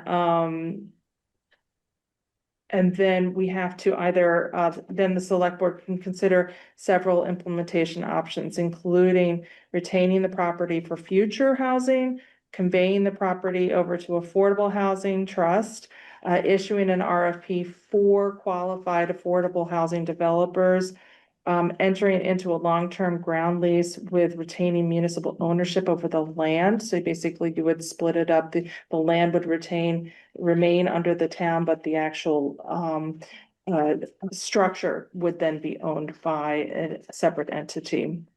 And I have seen that done in on the Cape several times. And then partnering with a nonprofit housing organization or state housing agency to facilitate the development. So the housing authority, for example, would be something that there could be a partnership with, because that is an actual housing agency of the state.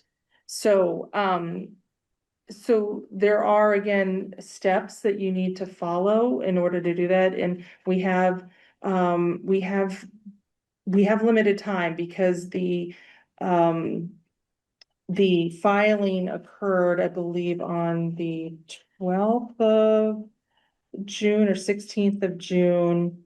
So we have a little bit of time left within the 60 days. So this is the meeting that you have to make a decision on whether or not, or we have a special meeting that you can come back and actually make a decision if you need time to digest a little bit of this.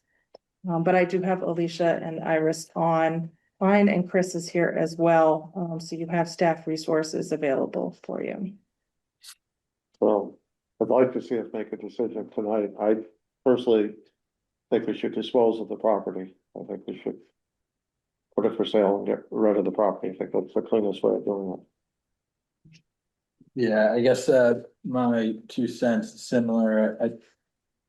I remember one other time we were talking about disposal of town property, and that word just kind of threw me off, but I do think that having the town go through disposal, which meaning having if I'm not mistaken, a realtor put it on the market, right? Yes, yeah, so we do have to get it appraised, and there is some, because the laws did change. It's actually can only be listed for 2/3 of the value of the assessed value. And Alicia, correct me if I'm wrong, if I get anything wrong, please. So and go ahead. Yep. Actually, because I think that's a misunderstanding. Iris, can you speak to that? Okay. Yeah, so if you decide to sell it, you have to list it with a realtor for 12 months. If it doesn't sell after 12 months, then you have to have it appraised back to the date of the judgment when it entered, which here was June 5th. And then you can sell it at an auction. If you decide to retain the property, then you have to have it appraised. The way they changed Chapter 60, they made kind of a mess of it, but that's my understanding is the appraisal is only required if it doesn't sell with a realtor and you go to auction, and then you do have to sell it for 2/3 of the appraised value if you auction. Doesn't say, the statute didn't say anything about what you have to sell it for with a realtor, other than you have to select a realtor or a broker under the 30B provisions, which I would suggest town council assisting with that. But it's really unclear what they've done with Chapter 60 and the changes to disposition of town-owned property or tax titles. One of the issues that I have with it is if the town sells the property for more than the tax title balance, which I'm not aware of what the tax title balance is. It is 102,000. 102,000. So I pulled the recent property cards. I wanted to see what the value was. And it's assessed at 268,600. So not to say you'll get what it's assessed for, but if there is excess equity, which means after the town pays a realtor, has all the fees and costs from the land court and any other things that need to be done, make the property safe, insure it, things like that. After all those costs, including the taxes and the interest, if there's anything left over, then a proportional interest, a proportional share, I should say, of the excess equity is due to anyone who has an interest in the property. Here, I think there was only one trustee, which makes it a little bit easier. Whereas, like, what do you do in Stonegate? If you get a judgment and you sell it, you split it 600 ways? But it wasn't clear in the statute that they rushed through about it. The DOR has interpreted it kind of 2 different ways, saying that you have to give that proportional share to the owners, and then another piece of advice that they put out, it said basically that they have to claim that excess equity. So that would be something I would want to touch base with DOR to see if I'm misunderstanding their interpretation, but I've read the statute several times and it's unclear to me too. So that's one issue that I would have to resolve with if you do sell it, to figure out how does the excess equity get distributed. Bill, you had a question? I Well, thought the last one was awful. Yeah, I was just looking to clarify what I think you just said. So just round numbers, if it sells for $200,000, there's $100,000 tax bill on it, and say at net of all the expenses, you have 75,000 left over, then that has to be offered up to the current owner of the property. Is that right? Yeah, to the previous owner or anyone who had a legal interest. So if there was a mortgage company, if there was any other lien holders, yes, you would have to give them information about how to claim it, which I would assume if you're claiming it, you're not automatically distributing it. But if there's an issue with that process, selling the property or distributing any of the excess equity, they would call it, then that has to go before the Superior Court, not the land court. So that's a little bit of an addition there. But here, like I said, I think it was just one trustee. He was responsive for some time, but not towards the end. And I think that property is apartments. And I think at one point it was occupied, but I don't know if any of the units are occupied now. And I presume if you put it for sale on an entity like an affordable housing trust wanted to bid on it, they would be free to do so. Is that correct? That's what it sounded like when you were explaining the public uses for the property. I think that would fall under that. Yeah, great. Okay, thank you. I'd like to see, seeing I am on the Affordable Housing Trust, we do have a housing situation. I would love to see it convey the profits of the Affordable Housing Trust Fund. Thank you. So Anyone I else? believe that happens, and I need to just double check, but this still is an outstanding receivable, so we would need money to pay off the outstanding receivable. So that would need to be appropriated at town meeting, the amount of the back taxes, so that we can clear the receivable. And we actually have a few properties that we have decided, that the board had decided to keep, that are still listed on our outstanding receivables, that money needs to be appropriated so that we can clear the receivable. And if you do dedicate it to municipal use, you have to have it appraised and set that money aside for any excess equity for somebody to claim. So not only are you going to have that money available, you're going to have to put it in an escrow account and set it aside. Brilliant, Paul. Let's try a motion here. I make a motion for the select board to dispose of 151 Cottage Street. Do I have a second? Second. Other discussion? Just to clarify, when you say dispose, you mean putting it up for sale? That is correct. Thank you. All in favor? Aye. Aye. Opposed? One opposed, 4-1. It passes. Okay. Anything else with these? Oh, I don't think so. Alicia, are you good? I'm good, yeah. Thank you, Alicia. Thank you, Iris. Thank you. Have a good evening. Can I ask you something, Liz? These businesses, meeting where we have to make up our mind, we can't go back, so this cannot be. All of a sudden, we can't say, let's, or if we do dispose it, the affordable housing still has an opportunity to buy. They do, they can buy it out on the market. So, but we do have to actually go through the whole process from start to finish. And if we don't actually achieve what the end result is, then you go back and we can revert it back. But by law, we have to go from start to finish. Maybe work it with the housing situation, just go through the process. That's my problem. Okay, next is discussion regarding complaints against All Star Auto Salvage, DBA Formels Auto Salvage, 21 Van Duzenville Road, and possibly voting to hold a show cause hearing. Liz? I did receive in your packet, you have information available to you on multiple complaints and communications that I had sent throughout the course of 2026. And I think we have, I invited the owners of All Star Auto Salvage for the discussion on this in front of you. You are the licensing authority. They have a class 2 and a class 3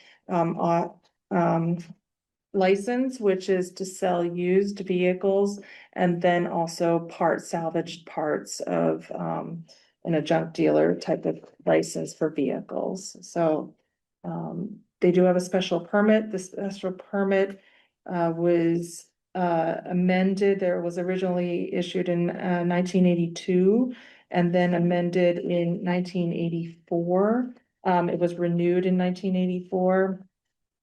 And then this owner here, All Star Auto Salvage LLC, actually took over the business from the Fermel family in 2019. So they have been operating it since then. I have included also the snippet of your that December 16th, 2019 vote, the minutes of the vote, where when they were first issued the class 2, class 3 license.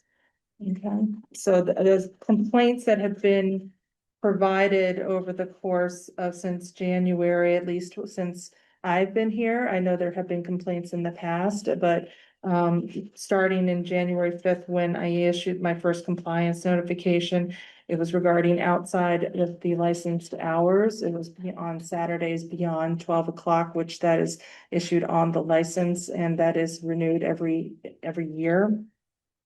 And then more recently is addition to the operating outside of licensed hours, the starting even prior to around 6 a.m., even though they are the licenses started times on 7 a.m. and then on Saturdays at 8 a.m. But there have been reports of them starting around 6:20 in the morning. And that includes noise complaints of metal on metal impacts, crushing noises, disturbance and vibrations, and then a continuous industrial noise.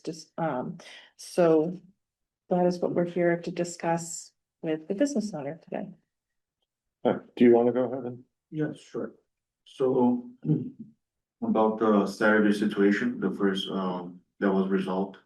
I worked from 8 to 12 on Saturdays. And after that, we used to stay out there to clean the yard and do other stuff.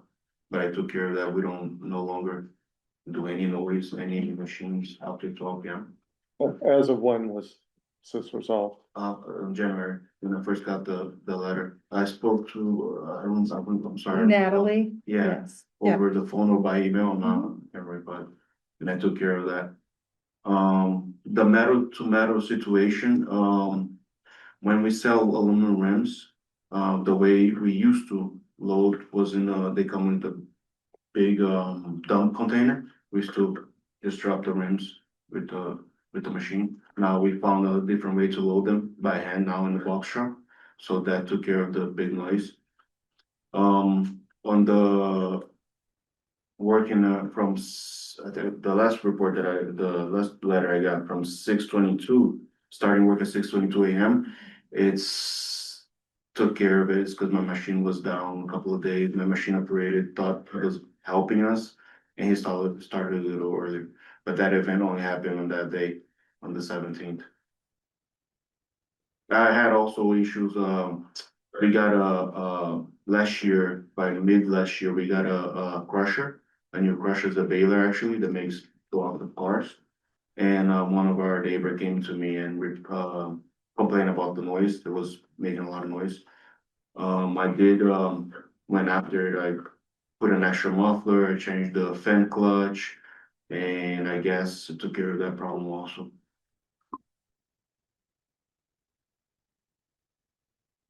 So is there questions from the board?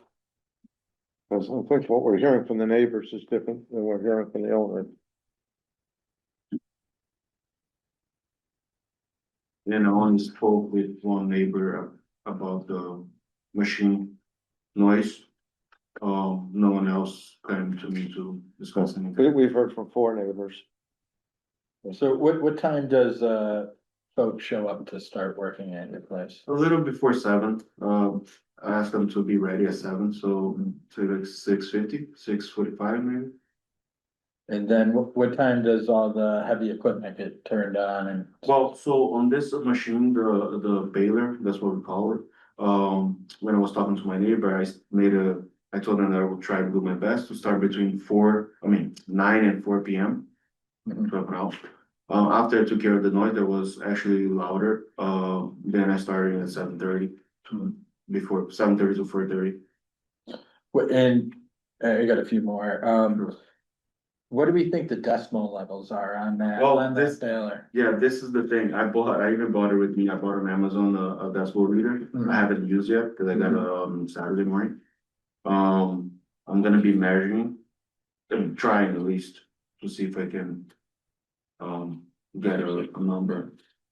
And then with the baler, how many cars do you feel you crush, say, in a day, in your average work day? About 40 to 50. Well, if you put an average of the whole week, it's less than that. It's probably like 30. Like, cause I crush between Monday to Friday. Saturday, I try not to turn on the machine. Yeah. Unless it was broken on Monday or Tuesday, then I try to catch up, but. So I'm just gonna keep 40 to 50 a day. Max. And then, I just know from driving by in the fall, you can see, I mean, when it was 4 miles, there'd just be a sea of old cars there, but obviously that is not, it seems like a lot of those cars are. Yeah, we don't have a lot of old cars anymore. We do have an inventory. Yeah. But just for taking them apart, we're not selling a lot of parts lately. So your main business is basically crushing and Yeah. shipping them out of there. Yeah. Great. And then, so Saturday, you're saying from starting in January or just more recently, I'm assuming people get there a little before 8. No, on Saturday we get there at 7. We start working at 8. We have meetings on Saturday morning, so.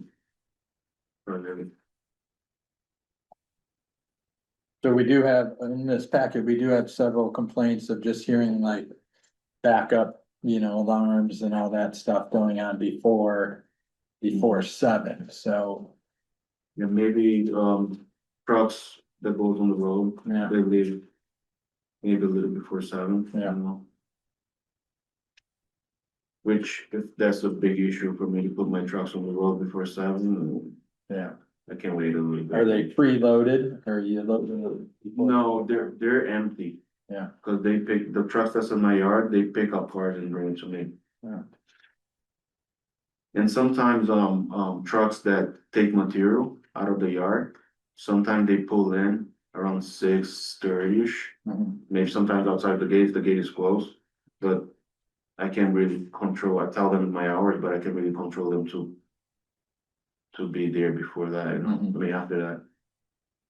The flatbeds, big trucks. Yeah, and so I guess we, as a board, have to just consider all these things and what we would, in my opinion, we need to make sure this is being pulled, because some of these letters that I'm looking at are obviously after, I mean, I understand you're saying you fixed a lot of them, but also some of these letters are dated more recently than. About noise complaint? Yeah, noise complaints, so that I think that's a concern we have to take seriously and understand the decimal levels that are leaving your property. So what do you guys? So it's the decibel level and it's the timing of the noise. Yeah. And then also some of it is saying that you quote, use the property north of its gate to showcase cars for sale. Yeah, cause I'm a dealer also. So I do have some cars for sale, at the entrance, at the right. Oh, no, that's not my problem. There's a neighbor that sell cars, but that's not. The neighbor, so. Yeah, my property, if you pass by, you see some cars outside, that's not mine. That's not my property. So can we find out if the neighbor is Well, licensed to sell cars? I'm assuming he sells cars, doesn't say anything. For sale signs. There's for sale cars on it? Yeah, so let's find out if that's legal. Yeah, that's a separate. That's a separate issue. Nothing to do with. So it seems to me that, there's a number of possible actions we can take. And to me, it would seem to me that one of them that has been suggested to us is to request formal compliance reports from the building commissioner, zoning enforcement officer, police chief, board of health, fire chief, DEP, and also authorize professional sound monitoring. I think all of those, we should do that because we could sit here all night going back and forth, but I think, this gentleman has said he's worked on this and trying to solve it. Then if we get professional reports and sound monitoring and they come back to us, we should know whether the problem's solved or not. I think some of the questions, though, we have to just verify, and I do advise you to actually talk to the town planner and the building commissioner about this, because the special permits are very specific. And it goes with that there should actually, it says that there's no outside storage and cleanup of the entire area within 3 weeks. It talks about also that the actual operation is a public garage with light manufacturing, auto body and truck repair and rebuilding operations. So it actually doesn't really talk about, it's predominantly a class 2 with a class 3 as an accessory. Whereas from your explanation, it sounds like you're not doing as much selling of used vehicles and you're doing more class 3 operations of 40 to 50 cars being crushed a day. And that's not actually what the special permit allows. So that is a violation of the license as well as the special permit. With the zoning enforcement officer not being able to help us with that. That's correct. So that's why I said you need to talk to Chris Rembold, who is the town planner, and see what you need to do as far as the special permit is concerned. And then also the building commissioner, who is the zoning enforcement officer.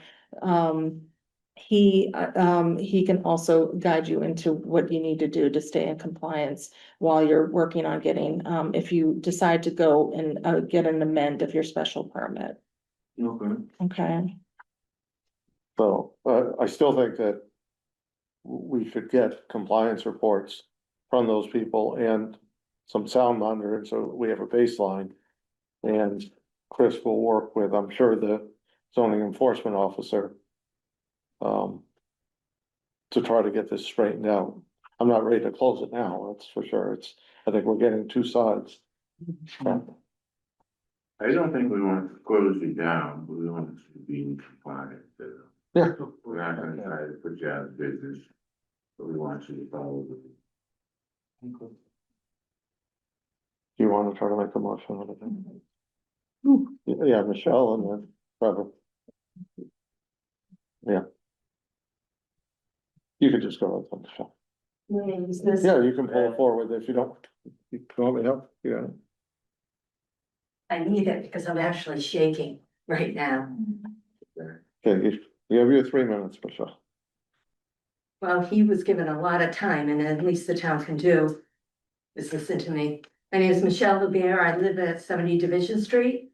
The house my husband Bruce and I live in is my family's homestead, built by my father. I am honored to be the current owner of the property and the caretaker of my parents' memory and hard work. All Star Salvage received its license in December 16, 2019. One can watch it on CTSV TV that date at timestamp 1 hour, 54 minutes. At this meeting, Mark Formel introduced Breno Albuquerque of All Star Salvage. I was present at this meeting.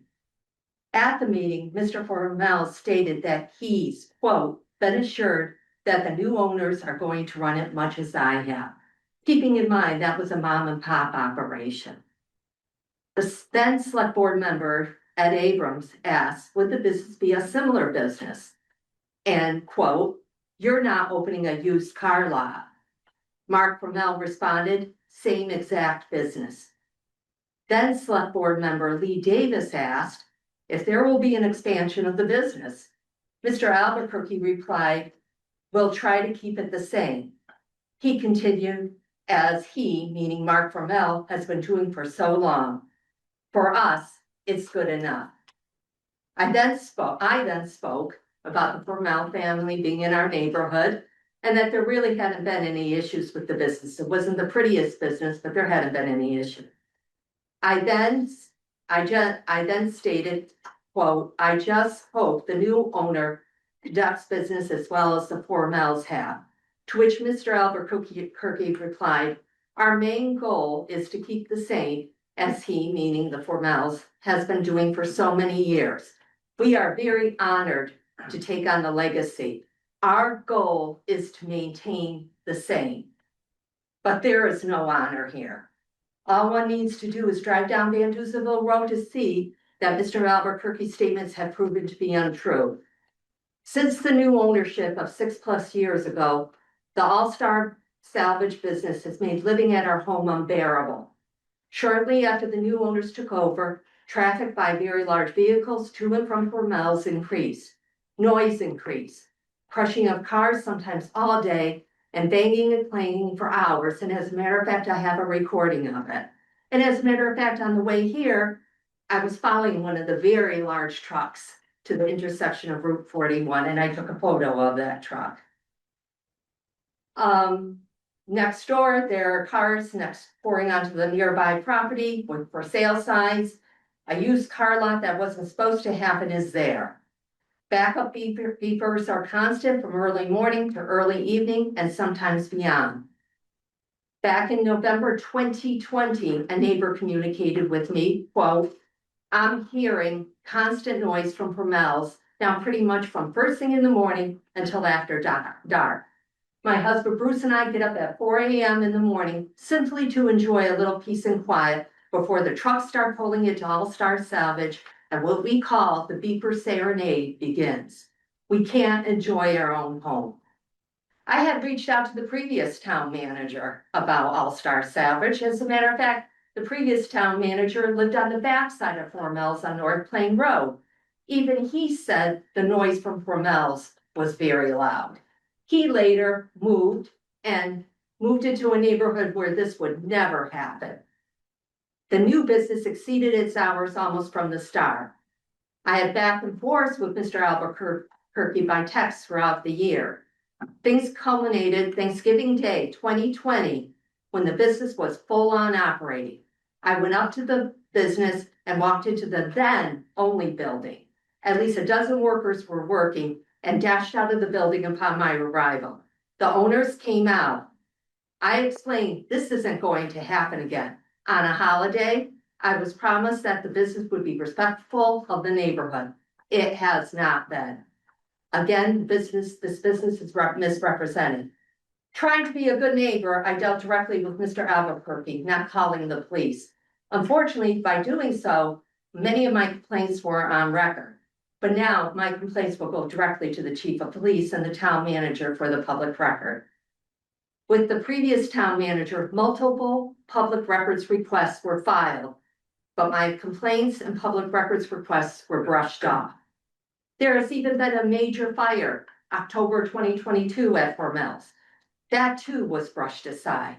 What is the town waiting for? A disaster at the site that is so severe that the neighborhood residents are required to evacuate. Now, town laws are one thing, but a business such as this has to comply with state laws. Massachusetts General Law, Chapter 140, Section 59A. For example, crushing operations must occur inside an enclosed building. The All-Star Salvage operation is not enclosed. After purchasing Formells, an additional building was erected at the site. Previously, the Formell brothers conducted noisier operations towards the back of the property. But this new building, open on both sides at the moment, faces our residential neighborhood, directing noise outward toward homes. And just to know, I don't recall any permit hearing for the construct of that building. Screening of the junk cars also falls under the same Massachusetts general laws, and not just when foliage is on the trees. And I disagree, there's a ton of junk cars there.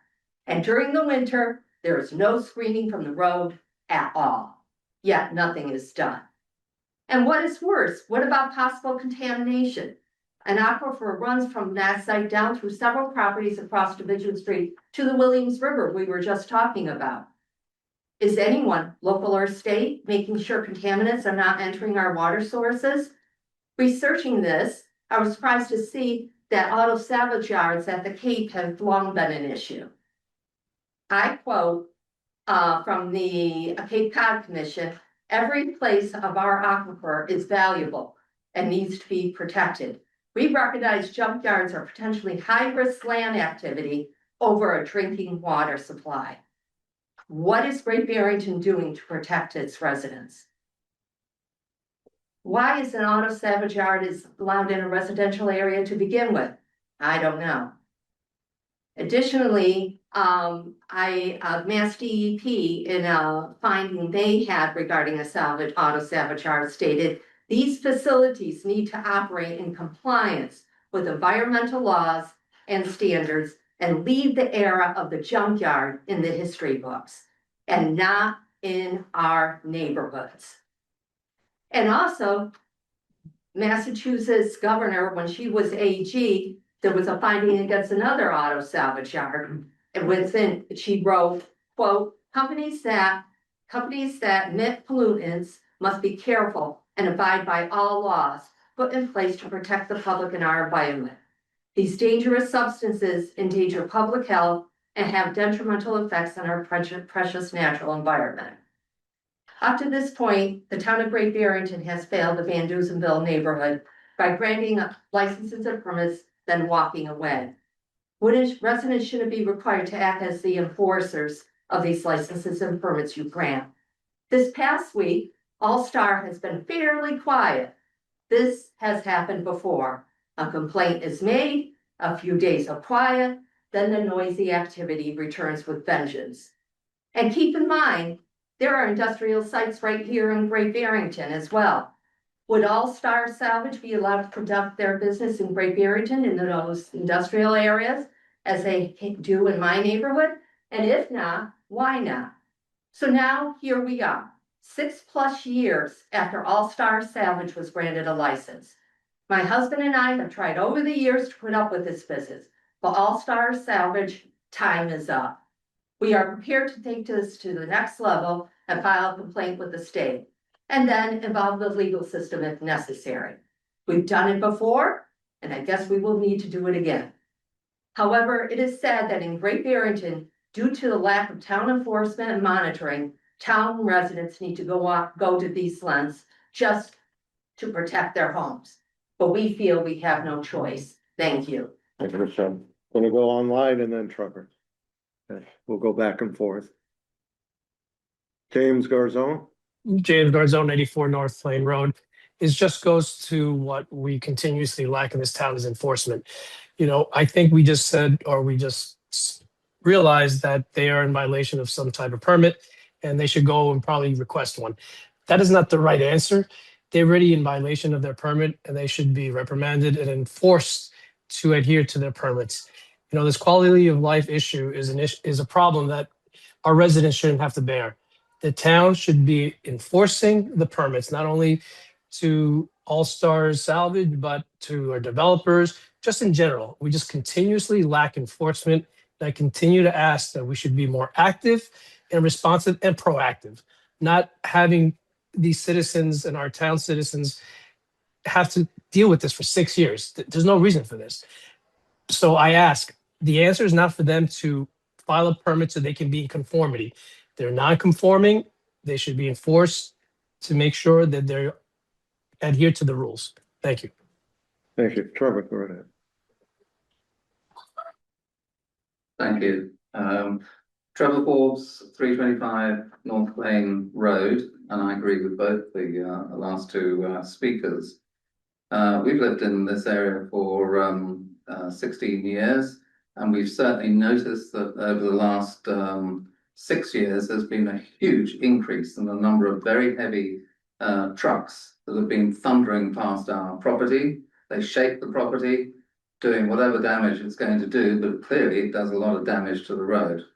So these are trucks that go directly to the Star Salvage. Now, I want to just refresh people's memory here. This is a light industrial residential location, correct? Right, okay. So apparently, automotive salvage yards and heavy metal crushing presses are strictly heavy industrial operations, not light industrial operations. And I'm reading from something I've done some research on here. Even as the facility sits within a designated light industrial zone, a heavy crushing operation almost certainly violates local zoning use limits, state environmental laws, and also the residents' common law property rights. I've listened to the scale of the noise that Michelle has actually recorded. There is absolutely no way that that can be lower than the 86 decibels that your own town zoning laws require for any operation within the town itself, let alone a light industrial location. So basically, in Massachusetts, from what I've actually researched, automobile salvage junkyards and heavy recycling presses, which apparently you have, are legally categorized under general heavy industrial or motor vehicle scrap uses. This is not an appropriate operation for a light industrial zone right up against residential zoning. This is quite clearly an operation that should actually have a cease and desist and should not be allowed in this particular location. Thank you. Thank you. So I'll stick to my original statement. I think we should get compliance reports from the zoning enforcement officer, police chief, board of health, fire chief, DEP, and authorized professional sound monitoring so that we can get a handle on what's going on and whether what's there is legal or what part of it is and what part of it isn't. Yeah. Plus, on top of that, we're hearing that there's cars being sold, not on his property. That needs to be looked at too, whether there's a license for that. It seems to me that we move ahead with this to figure out exactly what's going on. Do I have any, can I make comments or? I don't think it's in your best interest at this point. Yeah. So is Brent Albuquerque still involved in the business? He's not. No, sir. That was my manager. He hasn't been with us for about 2 years or more. So is it? My sense is that your business has evolved from salvage in the old days. Was it you're taking apart cars and selling parts? We still sell And parts. now it's much more crushing and very loud equipment. We dismantle more than sell parts nowadays, yes. And I'm sorry, thank you for your answers, but my concern was with the sound monitoring now is we're we're sort of doing it after the, But that's the barn here, there. yeah, but that's one part of it. That I want the whole compliance reports. Okay, but let's just note that, he's got his sound gizmo and then we're gonna get ours and Yeah, no. he knows where it has to be so we can manage. No, right, I'm not foolish. I agree with you. Not saying you were. I know. Or are, but, yeah. Yes. From my house, you can hear it. I'd be happy to send it to anyone. So, Well, but I would actually suggest you play it today. I would love to. I'm in no mood for a show and tell right now. I wanna do this in It a is professional manner. Impressive. I'm sure it is. I don't doubt Michelle and I don't doubt you. Yeah. So can I try a motion, Eric? So I do, before you get into that though, I do want to remind you that the process for compliance is, this is your first step, is having a discussion to then possibly call a show cause hearing, okay? That is a compliance action, all right? And you can call for a show cause hearing a show cause hearing also is to either revoke a license. The next layer up, less strict, is suspend a license, you could suspend the operation for a duration of time. And the least strict, is modify the license. So, but it has to be done through a show cause hearing, and that show cause hearing requires a public notice in the actual newspaper. Okay, so it takes time to do a show cause hearing, but at the show cause hearing, that's when discovery and all of the actual facts are outlined. So if the staff is going to be doing all of this research and reporting, which I've already reached out to DEP, and I'm working with them to look at what is the issues there. And I'm already been working with the building department. We met even last week. So all of the departments are aware of what they need to be working on. So I do recommend that you can call a show cause hearing 2 months from now to actually secure the date and then give the town time to pull the report together. The reports would be presented. If the show cause- Exactly. Fine. So then you have actual steps in place for accountability. But at the same time, I do highly recommend that if there are violations, you can instruct through me to the police department to issue citations for violations. You don't need our, see, that's one of the things Jim was saying, and this isn't your problem, but you don't need our permission to do that. I understand that. However, as far as protections for the license, you are the licensing authority, though, okay? And I've done licensing for 25 years, and it assists with assuring that that the staff has the support and that it has gone through the public process for this. And the owner is sitting here fully aware of the conversation before actual citations are issued. Citations take a lot of time. It can be appealed through a small claims court as well, and it takes money for that as well. So I'm just making sure that we have all of our ducks in the row, that everybody has permissions to do what they need to do to assure the quality of life and that business operations can be sustained within the special permit and the allowed license. So there's some other, so that's what I am recommending is just think through the whole process and the time frame. So. I'm sorry, sir. Can you just state your name? Because I don't know that I got it. Iva Barros. What, one more time? Iva, IVA, Barros, BARROS. Thank you. So I would think that we request these reports and professional sound monitoring, and they be presented on September 28th at a select board meeting. Probably starting at 5 p.m. Show cause. Show cause hearing. Did you say September 28th? Yeah, that gives us 2 months. Okay. So I make a motion for a formal show cause hearing regarding one or more licenses for September 28th. And with that, I request formal compliance reports from the building commissioner, zoning enforcement officer, the police chief, the board of health, the fire chief, and the DEP. I also authorize professional sound monitoring. Do I have a second? I'll make the second. Okay, thanks. Perfect. I made a second. Discussion. All in favor? Oh, go ahead, Coach. I'm sorry. Might not be very popular, but I'm gonna say it. Just from your name and hearing you speak, it seems to me to be, you might be, we'll call it brown, or maybe in minority status. I just want that to be recognized as well.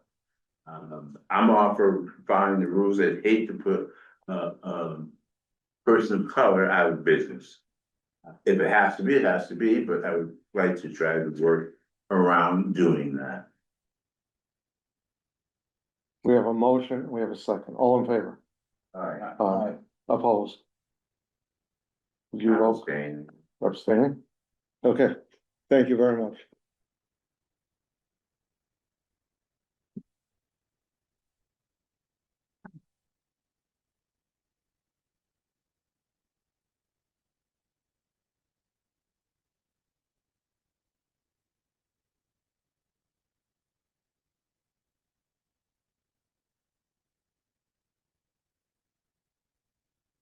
Okay. Next in this very long agenda is a review of the proposed host community agreement reimbursement settlement agreement with Great Barrington Retail Inc. in accordance with the May 2nd, 2026 annual town meeting, Article 28. Liz, do you want to? Sure, so this was, the funding or the settlement agreement was, and the funding was authorized at the town meeting. However, this is the last step in the process for you, to actually approve it. And that's it, Okay, in a nutshell. do I have a motion? I make a motion to approve the host community agreement reimbursement settlement agreement with Great Barrington Retail Inc. in accordance with the May 2nd, 2026 annual town meeting, Article 28. Then I motion a second, any discussion? All in favor? Aye. It's unanimous. Next is board committee appointments. And the first is a finance committee, is to temporarily fill an appointment, one vacant seat until May 2027 annual town election. There are 3 applicants. The finance committee has made their recommendation, which is Doug Robbins. What would the committee's choice? What would you like to do? Would you like to hear from the applicants that they're here? We do have the ones who sent it to us. We do have information on them. I would love to hear from the applicants as well as chair. Mr. Donovan, you're up for the town talking for this process. Rich?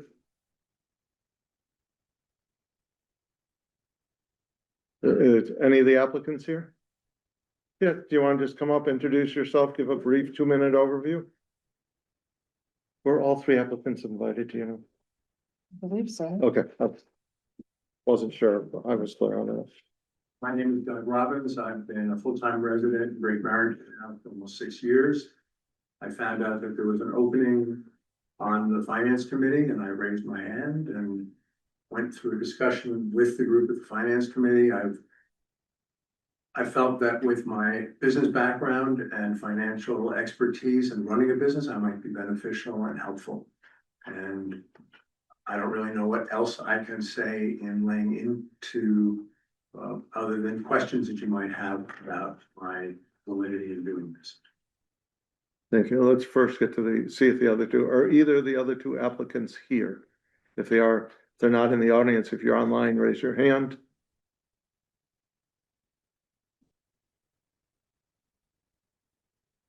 Okay, I don't see them. So questions, comments? Do you have available any of the resume or information? Yes, yes. Yes, we do have them.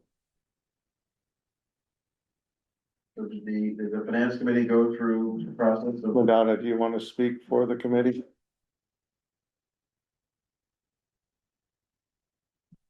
I am Madonna Mar, 3 Alford Road. I am the chair of the finance committee. We were very blessed to have 3 people actually send in their letters, and they were all very strong, and it was a lot of discussion, but we had all their resumes. Well, we actually, Paul Gibbons, that he just sent the letter of interest, but he has been on the board. We're very lucky to have Adrian Alcala as well, and he had a finance background.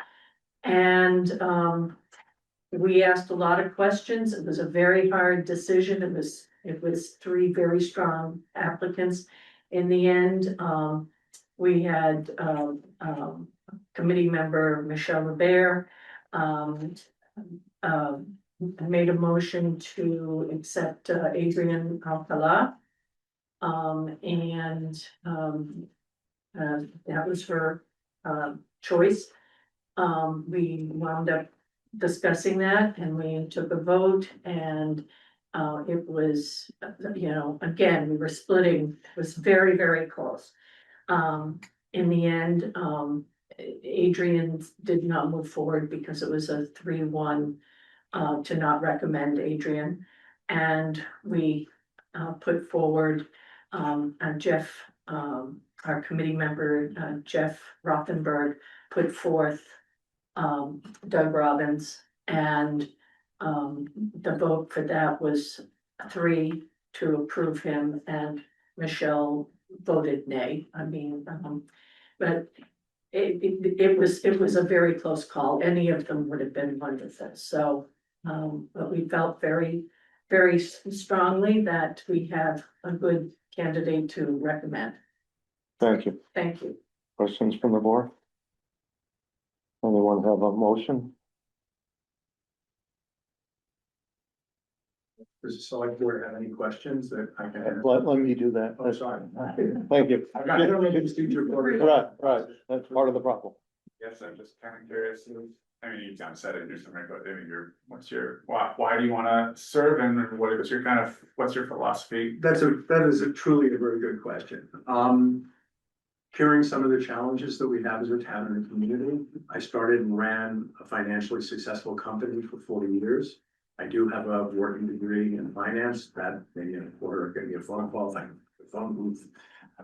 But I've had an ability to assess challenges, get to the heart of them, and make constructive changes.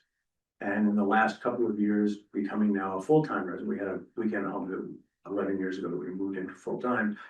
To sit back on the sidelines and complain and not do anything is not constructive. So that's really why I raised my hand, to not sit and complain, but to be proactive.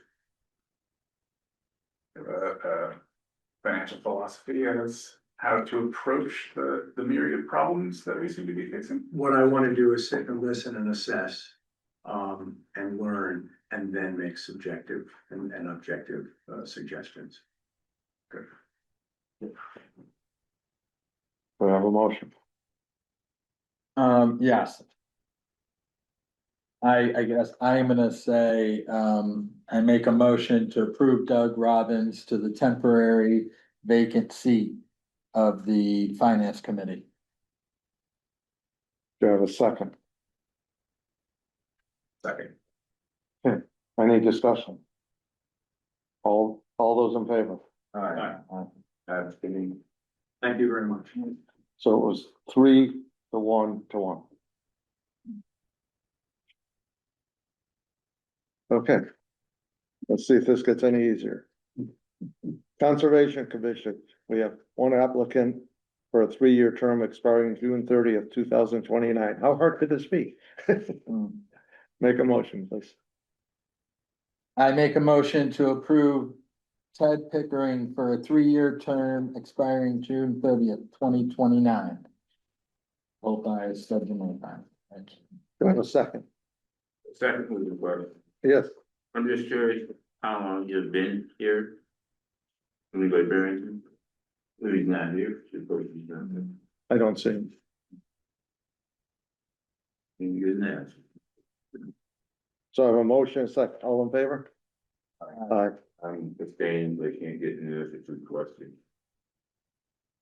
Okay, next is a little different than on the agenda, just as far as the terms. There are 2 seats on the Agricultural Commission. So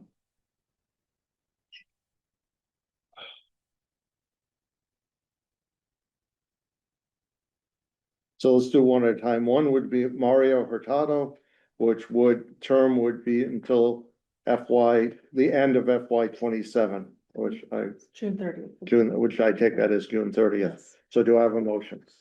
I make a motion to approve Mario Hurtado to the seat expiring June 30th, 2027.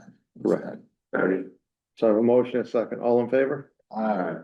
Next is for Mary Burley, and her term would be to June 30th, 2029.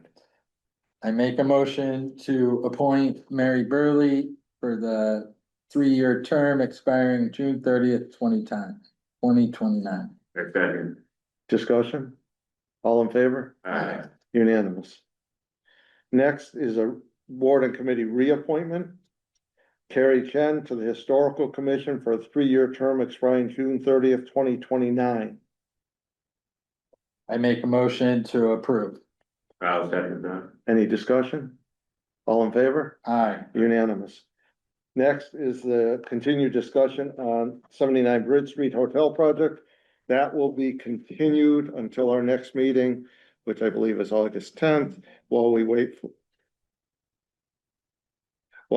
for a legal opinion about the special permit.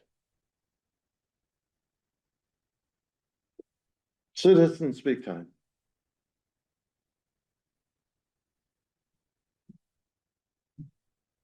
This one is 3 minutes. Yep, you're right. No argument. Michelle LeBaire, 70 Division Street. Just for the record, I'm deeply disappointed by Select Board Member Reed's comment at the end of the discussion on Formel. I thought we lived in a town where the locals' rights are no higher than that of second homeowners, that a chair's rights are no more higher than the other members on a board or committee, that a man's rights are no higher than a woman's rights, but now I find out that my rights may be less because I'm not of color. However, if you look at my family portrait, it's very interesting. And I thought that was just so inappropriate for the conversation. And I have a recording of the noise. It's deafening, and to not even be allowed to play it.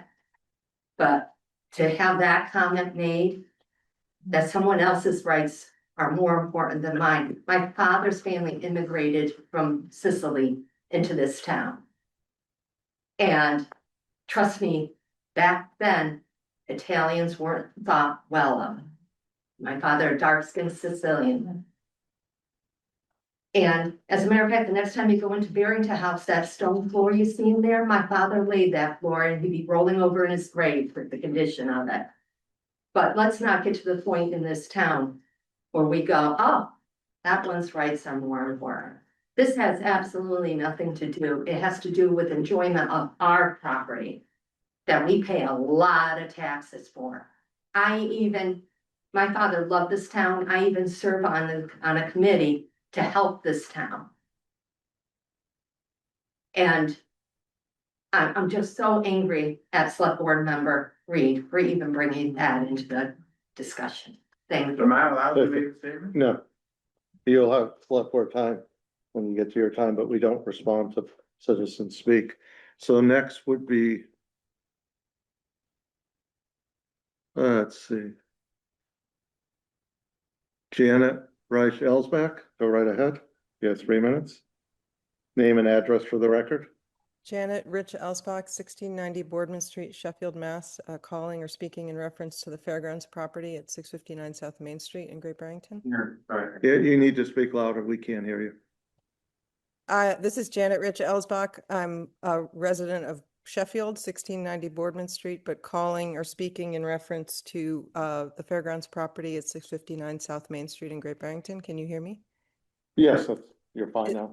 Is it possible for you to also recognize as a speaker Bart Ellsbach, who I believe is also on the call? He can speak. If he's in line, he's fourth in line. He can't join me to speak? You have 3 minutes apiece to speak. Okay. Well, we're using citizen speak time this evening to make our third request for Select Board attention during a meeting time to address the town's trespass and unpermitted riverbank modification on our property, which includes an operation of an expanded sewage management plan without an easement agreement. We've been requesting an updated easement since January of 2024. We have requested meeting time and records by email, by telephone, by in person and at a meeting, and had a similar experience to a previous speaker. puzzling and very frustrating brush off without really any response, except the suggestion that we'll face a bill for proof of any kind of permit or licensing that was pulled to do those riverbank modifications. And we'd like someone, I understand from your previous statement that you don't respond to citizen speak, but if someone can advise us on what the correct channel to get a response to any of our requests would be. Like I said, we've tried email, telephone, and in person without any response. Thank you very much. Someone will be in touch with you. Okay, we do this back and forth, so you will be next. Hi, I'm Meredith Smythe at 53 Brookside Road. I just wanted to say thank you all. The Brookside Neighborhood Group is really appreciated the flow of communication we've been receiving, and we look forward to hearing about a meeting date soon. So thank you. Thank you very much. Eileen, you're next. Thanks. I just wanted to be sure how you voted on the finance committee appointment. I have 3-1-1, but I don't know who voted how. I voted no. It was nothing personal, but I voted no, and Garfield abstained. Thank you. Why did you vote no? I voted. I'll say it during my select board time. I don't want to set a precedent here. Okay. Yes. Okay, Toby. Toby Stanton, 69 Division Street. Today is the 3rd year anniversary of the fire that happened in my garage, where I lost everything. And I put forward to the select board meeting and handed this paperwork to Chris, and he did nothing, absolutely nothing. I didn't hear from him, nothing. I had to come back multiple times. Finally, I got Liz to help me. She's amazing. I think the town of Great Barrington is in for a treat here, and I hope she can stick it out with us. Because I don't even want to say what I'm really thinking. We appreciate that. Yes, I'm sure you do. Because if I was writing a children's book about the town of Great Barrington, and I was depicting the select board, I would say they're all opossums, because as soon as you show up with a problem, they all pretend they're dead until the problem's gone and they can get up and work on their own agenda. I would like to put on the agenda for a meeting shortly to have a discussion on how long and how many times somebody can be on a select board or another board, how many boards they can be on at one time. This town is a mess, and there's way too many fingers in the pot with all that same finger. Thank you very much. Thanks, Kevin. James Garzone. James Garzone, 84 North Plain Road. I have a couple of comments. First is the select board member's comment is inappropriate. We are a diverse town, and it's great to be in a community that has such vast history with Mr. Du Bois and Elizabeth Freeman. But saying that, everyone is equal, and that's the beauty of where we live. So I'll say with that. Second of all, as the gentleman just spoke, this town has a lot of issues. It's sometimes overwhelming, the amount of problems we have and where we need to focus, taxes, infrastructure, water, et cetera, et cetera. We are just, it's dark as it is right now. My window's pretty dark, our future. And I hope that with Liz, with the select board, with the finance committee and the great community that we have, we can come together and figure out our vast problems. I continuously talk about what we need to do, Patrick White just sent out his paper of Great Barrington, and Rayo spoke about it, and I think Liz spoke about it in the finance meeting 2 meetings ago, and they're going to talk about it in the next meeting. I just hope in the next 5 years or 10 years, we're not just a shell of what we should be. It's a great town, it's a great community, great people. Thank you. Thank you. Go right ahead. Go right ahead. Hi, Merle Duskin Kalis, 103 Brush Hill Road. Haven't seen you guys for a while, and I love the new chairs. I really appreciate them. Thank you. We want to, on behalf of the Brookside Neighbors Group, thanks so much for continuing to work on the temporary bridge. And I just wanted to know when the Division Street temporary bridge might become available, and we'd really like to have a timeline. I know Liz wrote and she's working on it, but it's really important if we're gonna have the bridge, the temporary bridge up and running, because of all the adjustments that have to be made and bids and everything. I'm sure you're all really aware of the problem, but we're here. And we're waiting for a meeting to be scheduled with Mass DOT and local and state and everything, just so we can all be on the same page and march forward together. And thank you for your time. Thank you very much. Bart Elsbeck?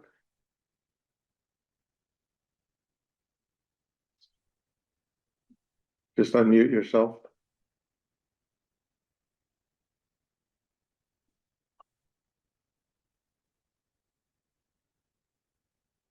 Bart, just have to unmute yourself. Can you Okay, hear? there you are. All Yep. right, sorry. I'm not sure if everything Janet said came through. Bart Elsbach, 659 South Main Street. Yeah, I we wanted- did hear everything. Okay, I wanted to emphasize a couple of things. I did not speak with the town manager's office, despite several emails and several phone calls. I don't understand. I also tried to get a hold of the Conservation Commission, and your phone system doesn't really work properly. I don't understand how that's possible, frankly. And I understand you can't respond to these, or you don't respond to these community speak things after people finish talking, but you could acknowledge at least that at the last meeting, I requested being put on the warrant, because having tried to request that with the town manager's office, nobody got back to me until the day that it was too late.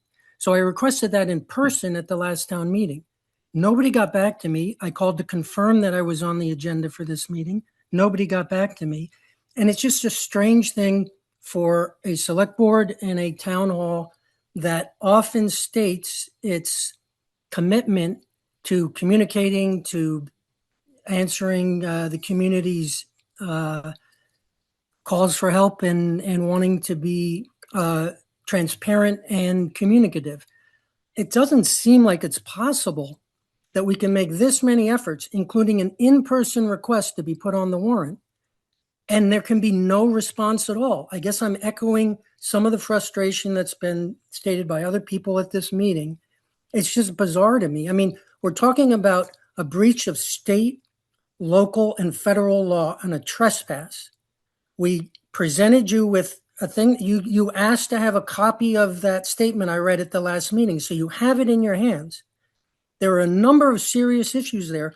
You've completely blown it off. You didn't even return a phone call or an email. I don't understand how that's possible. Just let us know whether we're on the agenda or not. Just let us know if you've bothered to look at the statement that we handed to you. Just let us know if you have some comment or some interest in adhering to the law. It's bizarre to me that this is possible, that you can sit there and have no response at all when we raise a serious issue. We've tried to deal with town hall for almost 15 years on this project, and frankly, it's been a nightmare. And this is perfectly indicative of what this process looks like. These are new board members. We've talked to Mr. Ornstein and we've talked to Mr. Bannon over the years, and Mr. Ornstein recently. So you've reached out to us because you say this is a priority, and then you can't even bother to respond to us for over a month. It's bizarre to me. And I hope that you can put us on the agenda for the next meeting now, and maybe let us know whether or not that actually happened. Thank you. Thank you.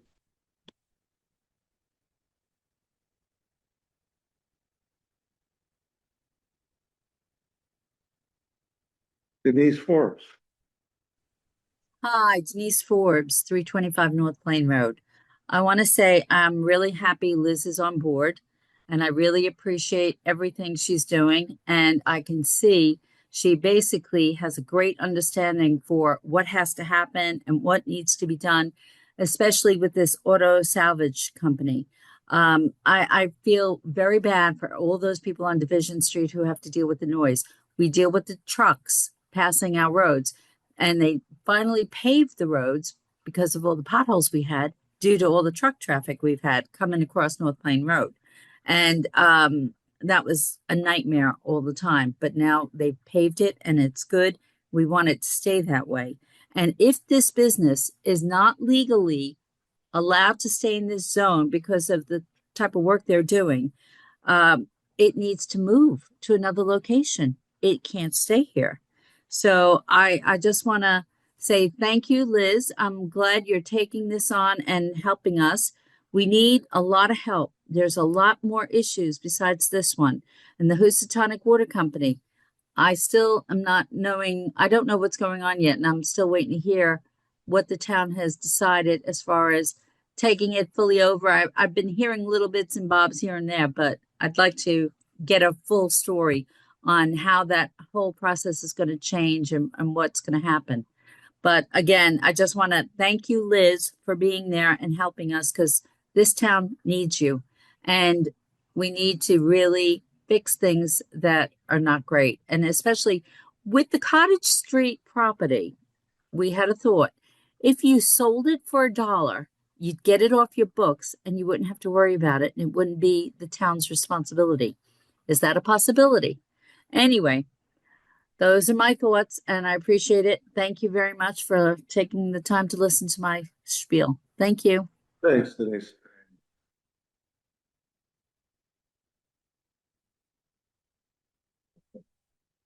Vivian Orlowski.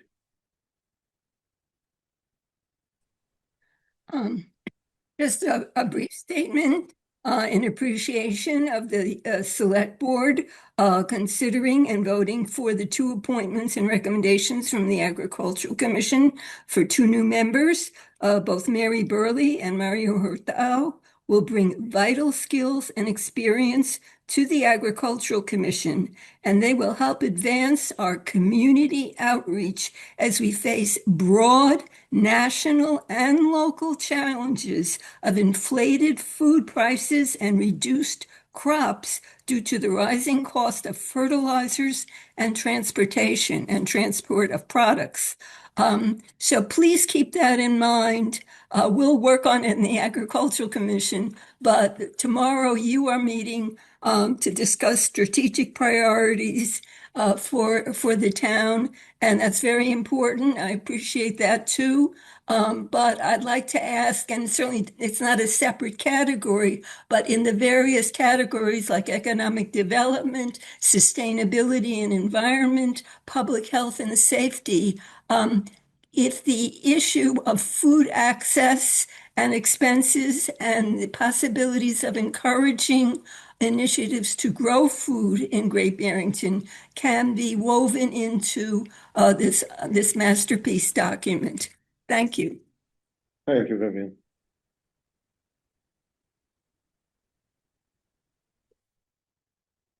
Okay. Select Board time. Bill. Yes, briefly, since my name came up a couple of times by Mr. Elsbach. I met with him and Janet last summer, when I was new on the select board, just to try to discuss and understand his concerns and go through some of the unfortunate history between the town and the Elsbachs on that property. I thought it was very clear that at that point we had an interim town manager who was quite overwhelmed. Then at some point we'd have a new town manager that needed time to learn our town and develop our own priorities as to what was most important for her to focus on. And obviously the budget process where we're consuming each chunk of our time. So there really, it wasn't the right time to pursue this project. If certain things happened in the last 6 months that led to a more urgent situation, I was not aware of them. I was not aware of those calls coming into town. I'm frankly surprised that Mr. Elsbach just couldn't give me a call or drop me an email as we communicated before, and just to sort of let me know what was going on. That did not happen. That is unfortunate. That is unfortunate. Nevertheless, I hope we can figure out a way to proceed to resolve these issues. I'm not fully aware of exactly how those issues are right now, but again, hopefully we can figure out a way to move forward. Thank you. Garfield. I'm all set, thank you. Yeah, my vote, no, was not against Mr. Robbins or the other candidate. Just I was looking at someone who had expertise, served on the board for many years, and I thought the historical knowledge may have been helpful. I think with that, by unanimous consent, we're adjourned.